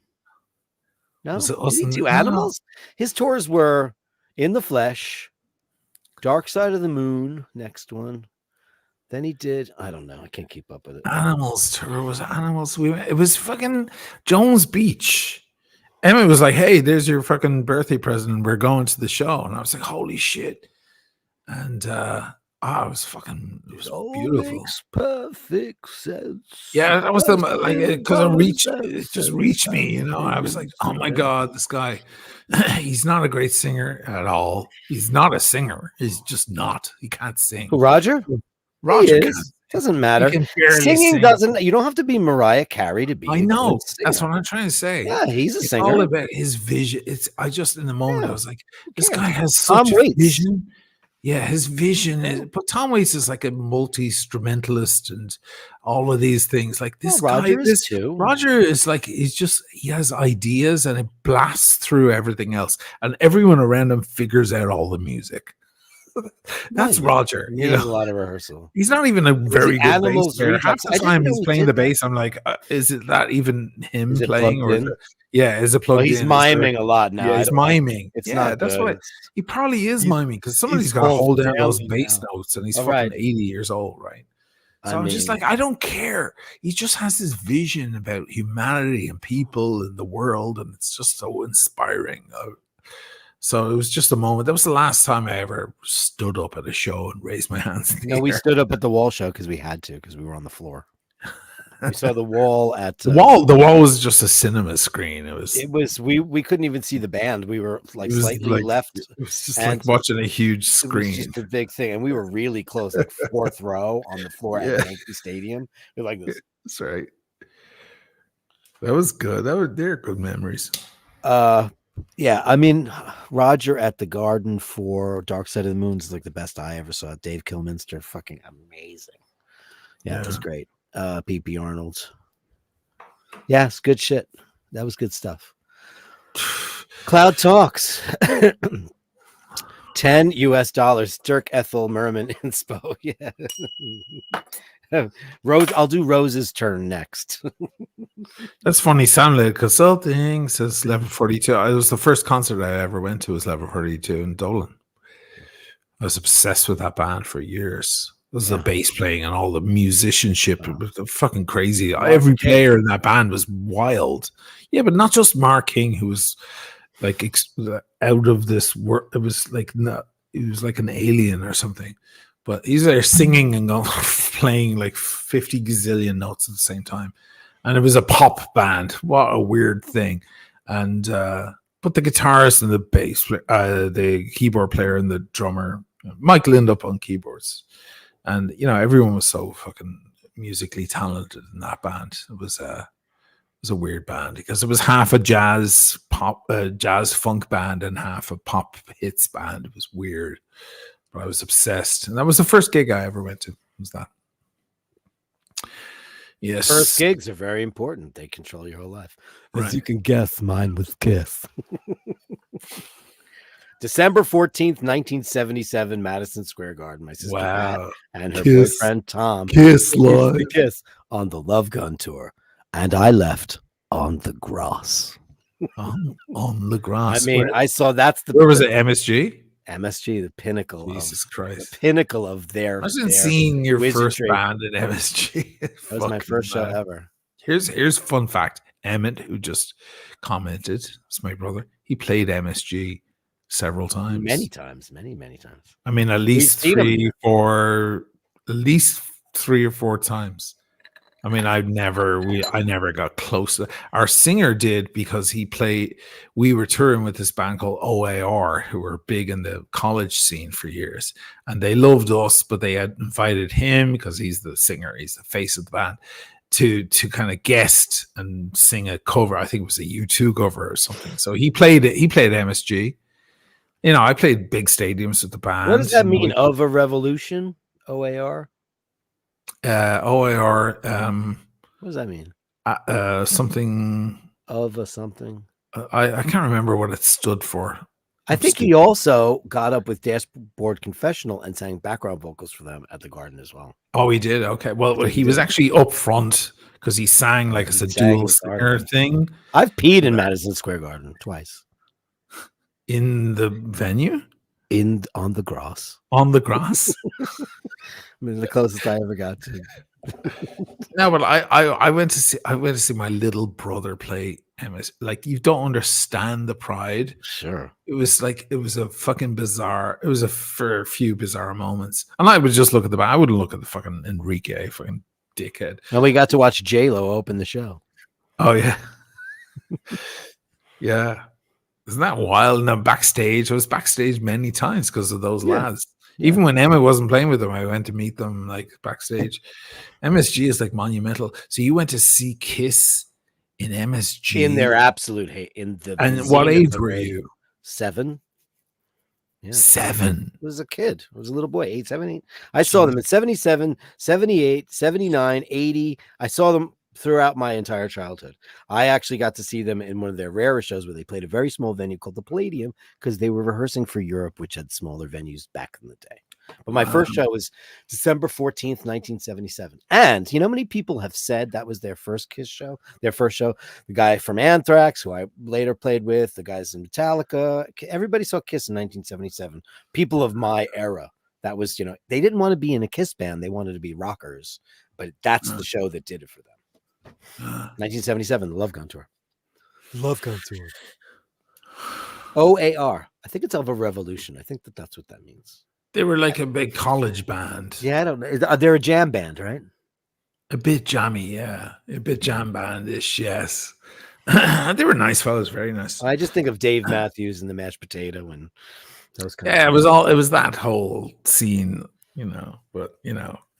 So yeah, so the singer Colin got to sing in MSG and Emmett fucking destroyed.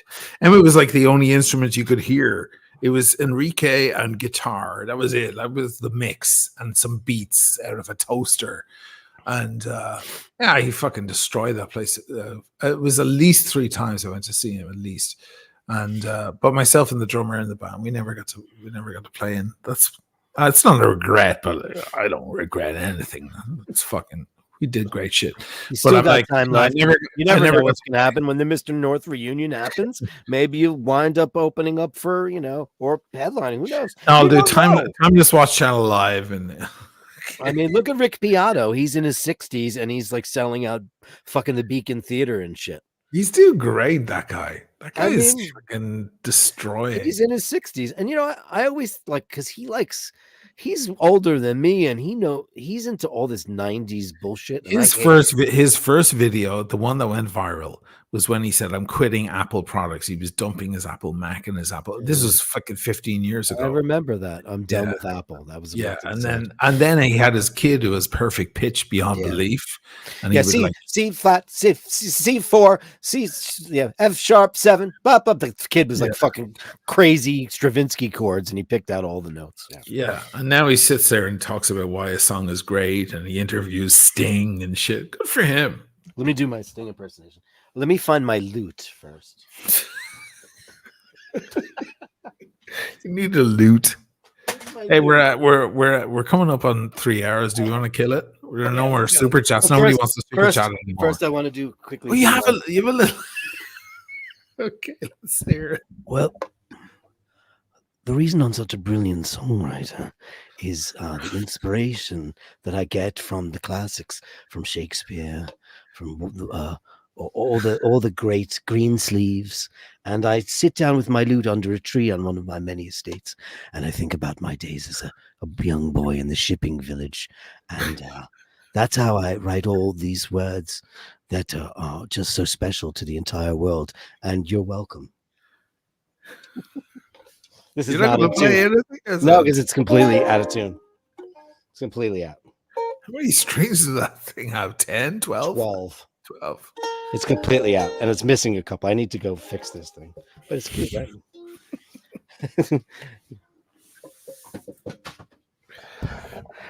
wait! Where's my lute? Sting really loves himself. That's definitely. He doesn't have an ego issue. That's for sure. He's great. No. I gotta go pee. You want to thank everyone and all that? You're gonna go pee? Okay. So let me get into the super chats and thank everybody for that. Starting with Andrew Wolkowicz, we love you. Kieran Kelly, Cheselina, Daniel Gutierrez, Ali Nazar, Andrew again, Dean, we love you. Scotty H, Irish Pandemonium, you maniac, God, Golf Guy, you're crazy. Jim Lassick, Ray. JHB, Golf Guy again, Fred Fahid Bashir, legendary. Golf Guy, you were like the money pit today. Look at you. So here he goes again. Ray, we love you. Golf Guy, Daniel Gutierrez, Shane McGee, Andrew Olkowicz, thank you for coming to every single one of my Dirk weekday shows and priming the audience, getting everybody ready. Thank you so much. You are a legend. Cloud Talks, Andrew Wolkowicz again, Ray with good night, gents. Controversial as ever, bashers forever. Thank you so very much. And I'll wait for the big guy to get back before we do the big sign off. We did get to the watches. Did I miss anybody? Did anybody send me any watches in the interim? If so, I will get to them on the Tuesday show, because this just rolled into a whole politically incorrect shit show of stuff. So thank you so much, everybody. And everybody who super chatted us. I mean, I can't thank you enough for Fridays becoming the banner day for the two of us. And I'll get my lute all tuned up and strung up. I need to make a trip for a couple of things in this house that need some repair. And we'll go and we'll do that. So what are we doing? We're going to be doing Watch Fashion Police on Mondays at 4:00. We'll see you there with Oisin and the lovely Michaela de Chatillon. And I'll be back on Tuesday nights for Dirk weekdays. I'm going to do another giveaway next week. It's going to be lemon bars. So be in the United States of America, and I'm going to bake you some homemade lemon bars, and they're really heavy. Do you like lemon bars, Oisin? No, that's not my speed. Okay. They're heavy and sweet and lemony. It sounds like they are, yeah. Yeah. So thank you. I just thanked all the bashers for all their comments. And as always, just remember to hold on. Hang on. Just one moment. I have to fix something here before you kill it. I want to redirect it to him. Oh, redirect it to him. There you go. Is Timmy on right now? Yes, of course. He'd be on all night. Yeah. It's redirected.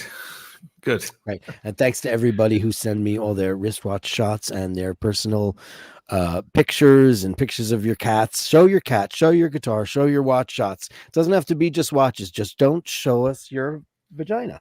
Don't do that. Remember, at the end of the day, to hold the door open, say please and thank you. Be kind to animals.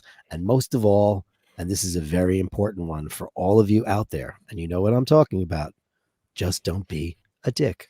Good night.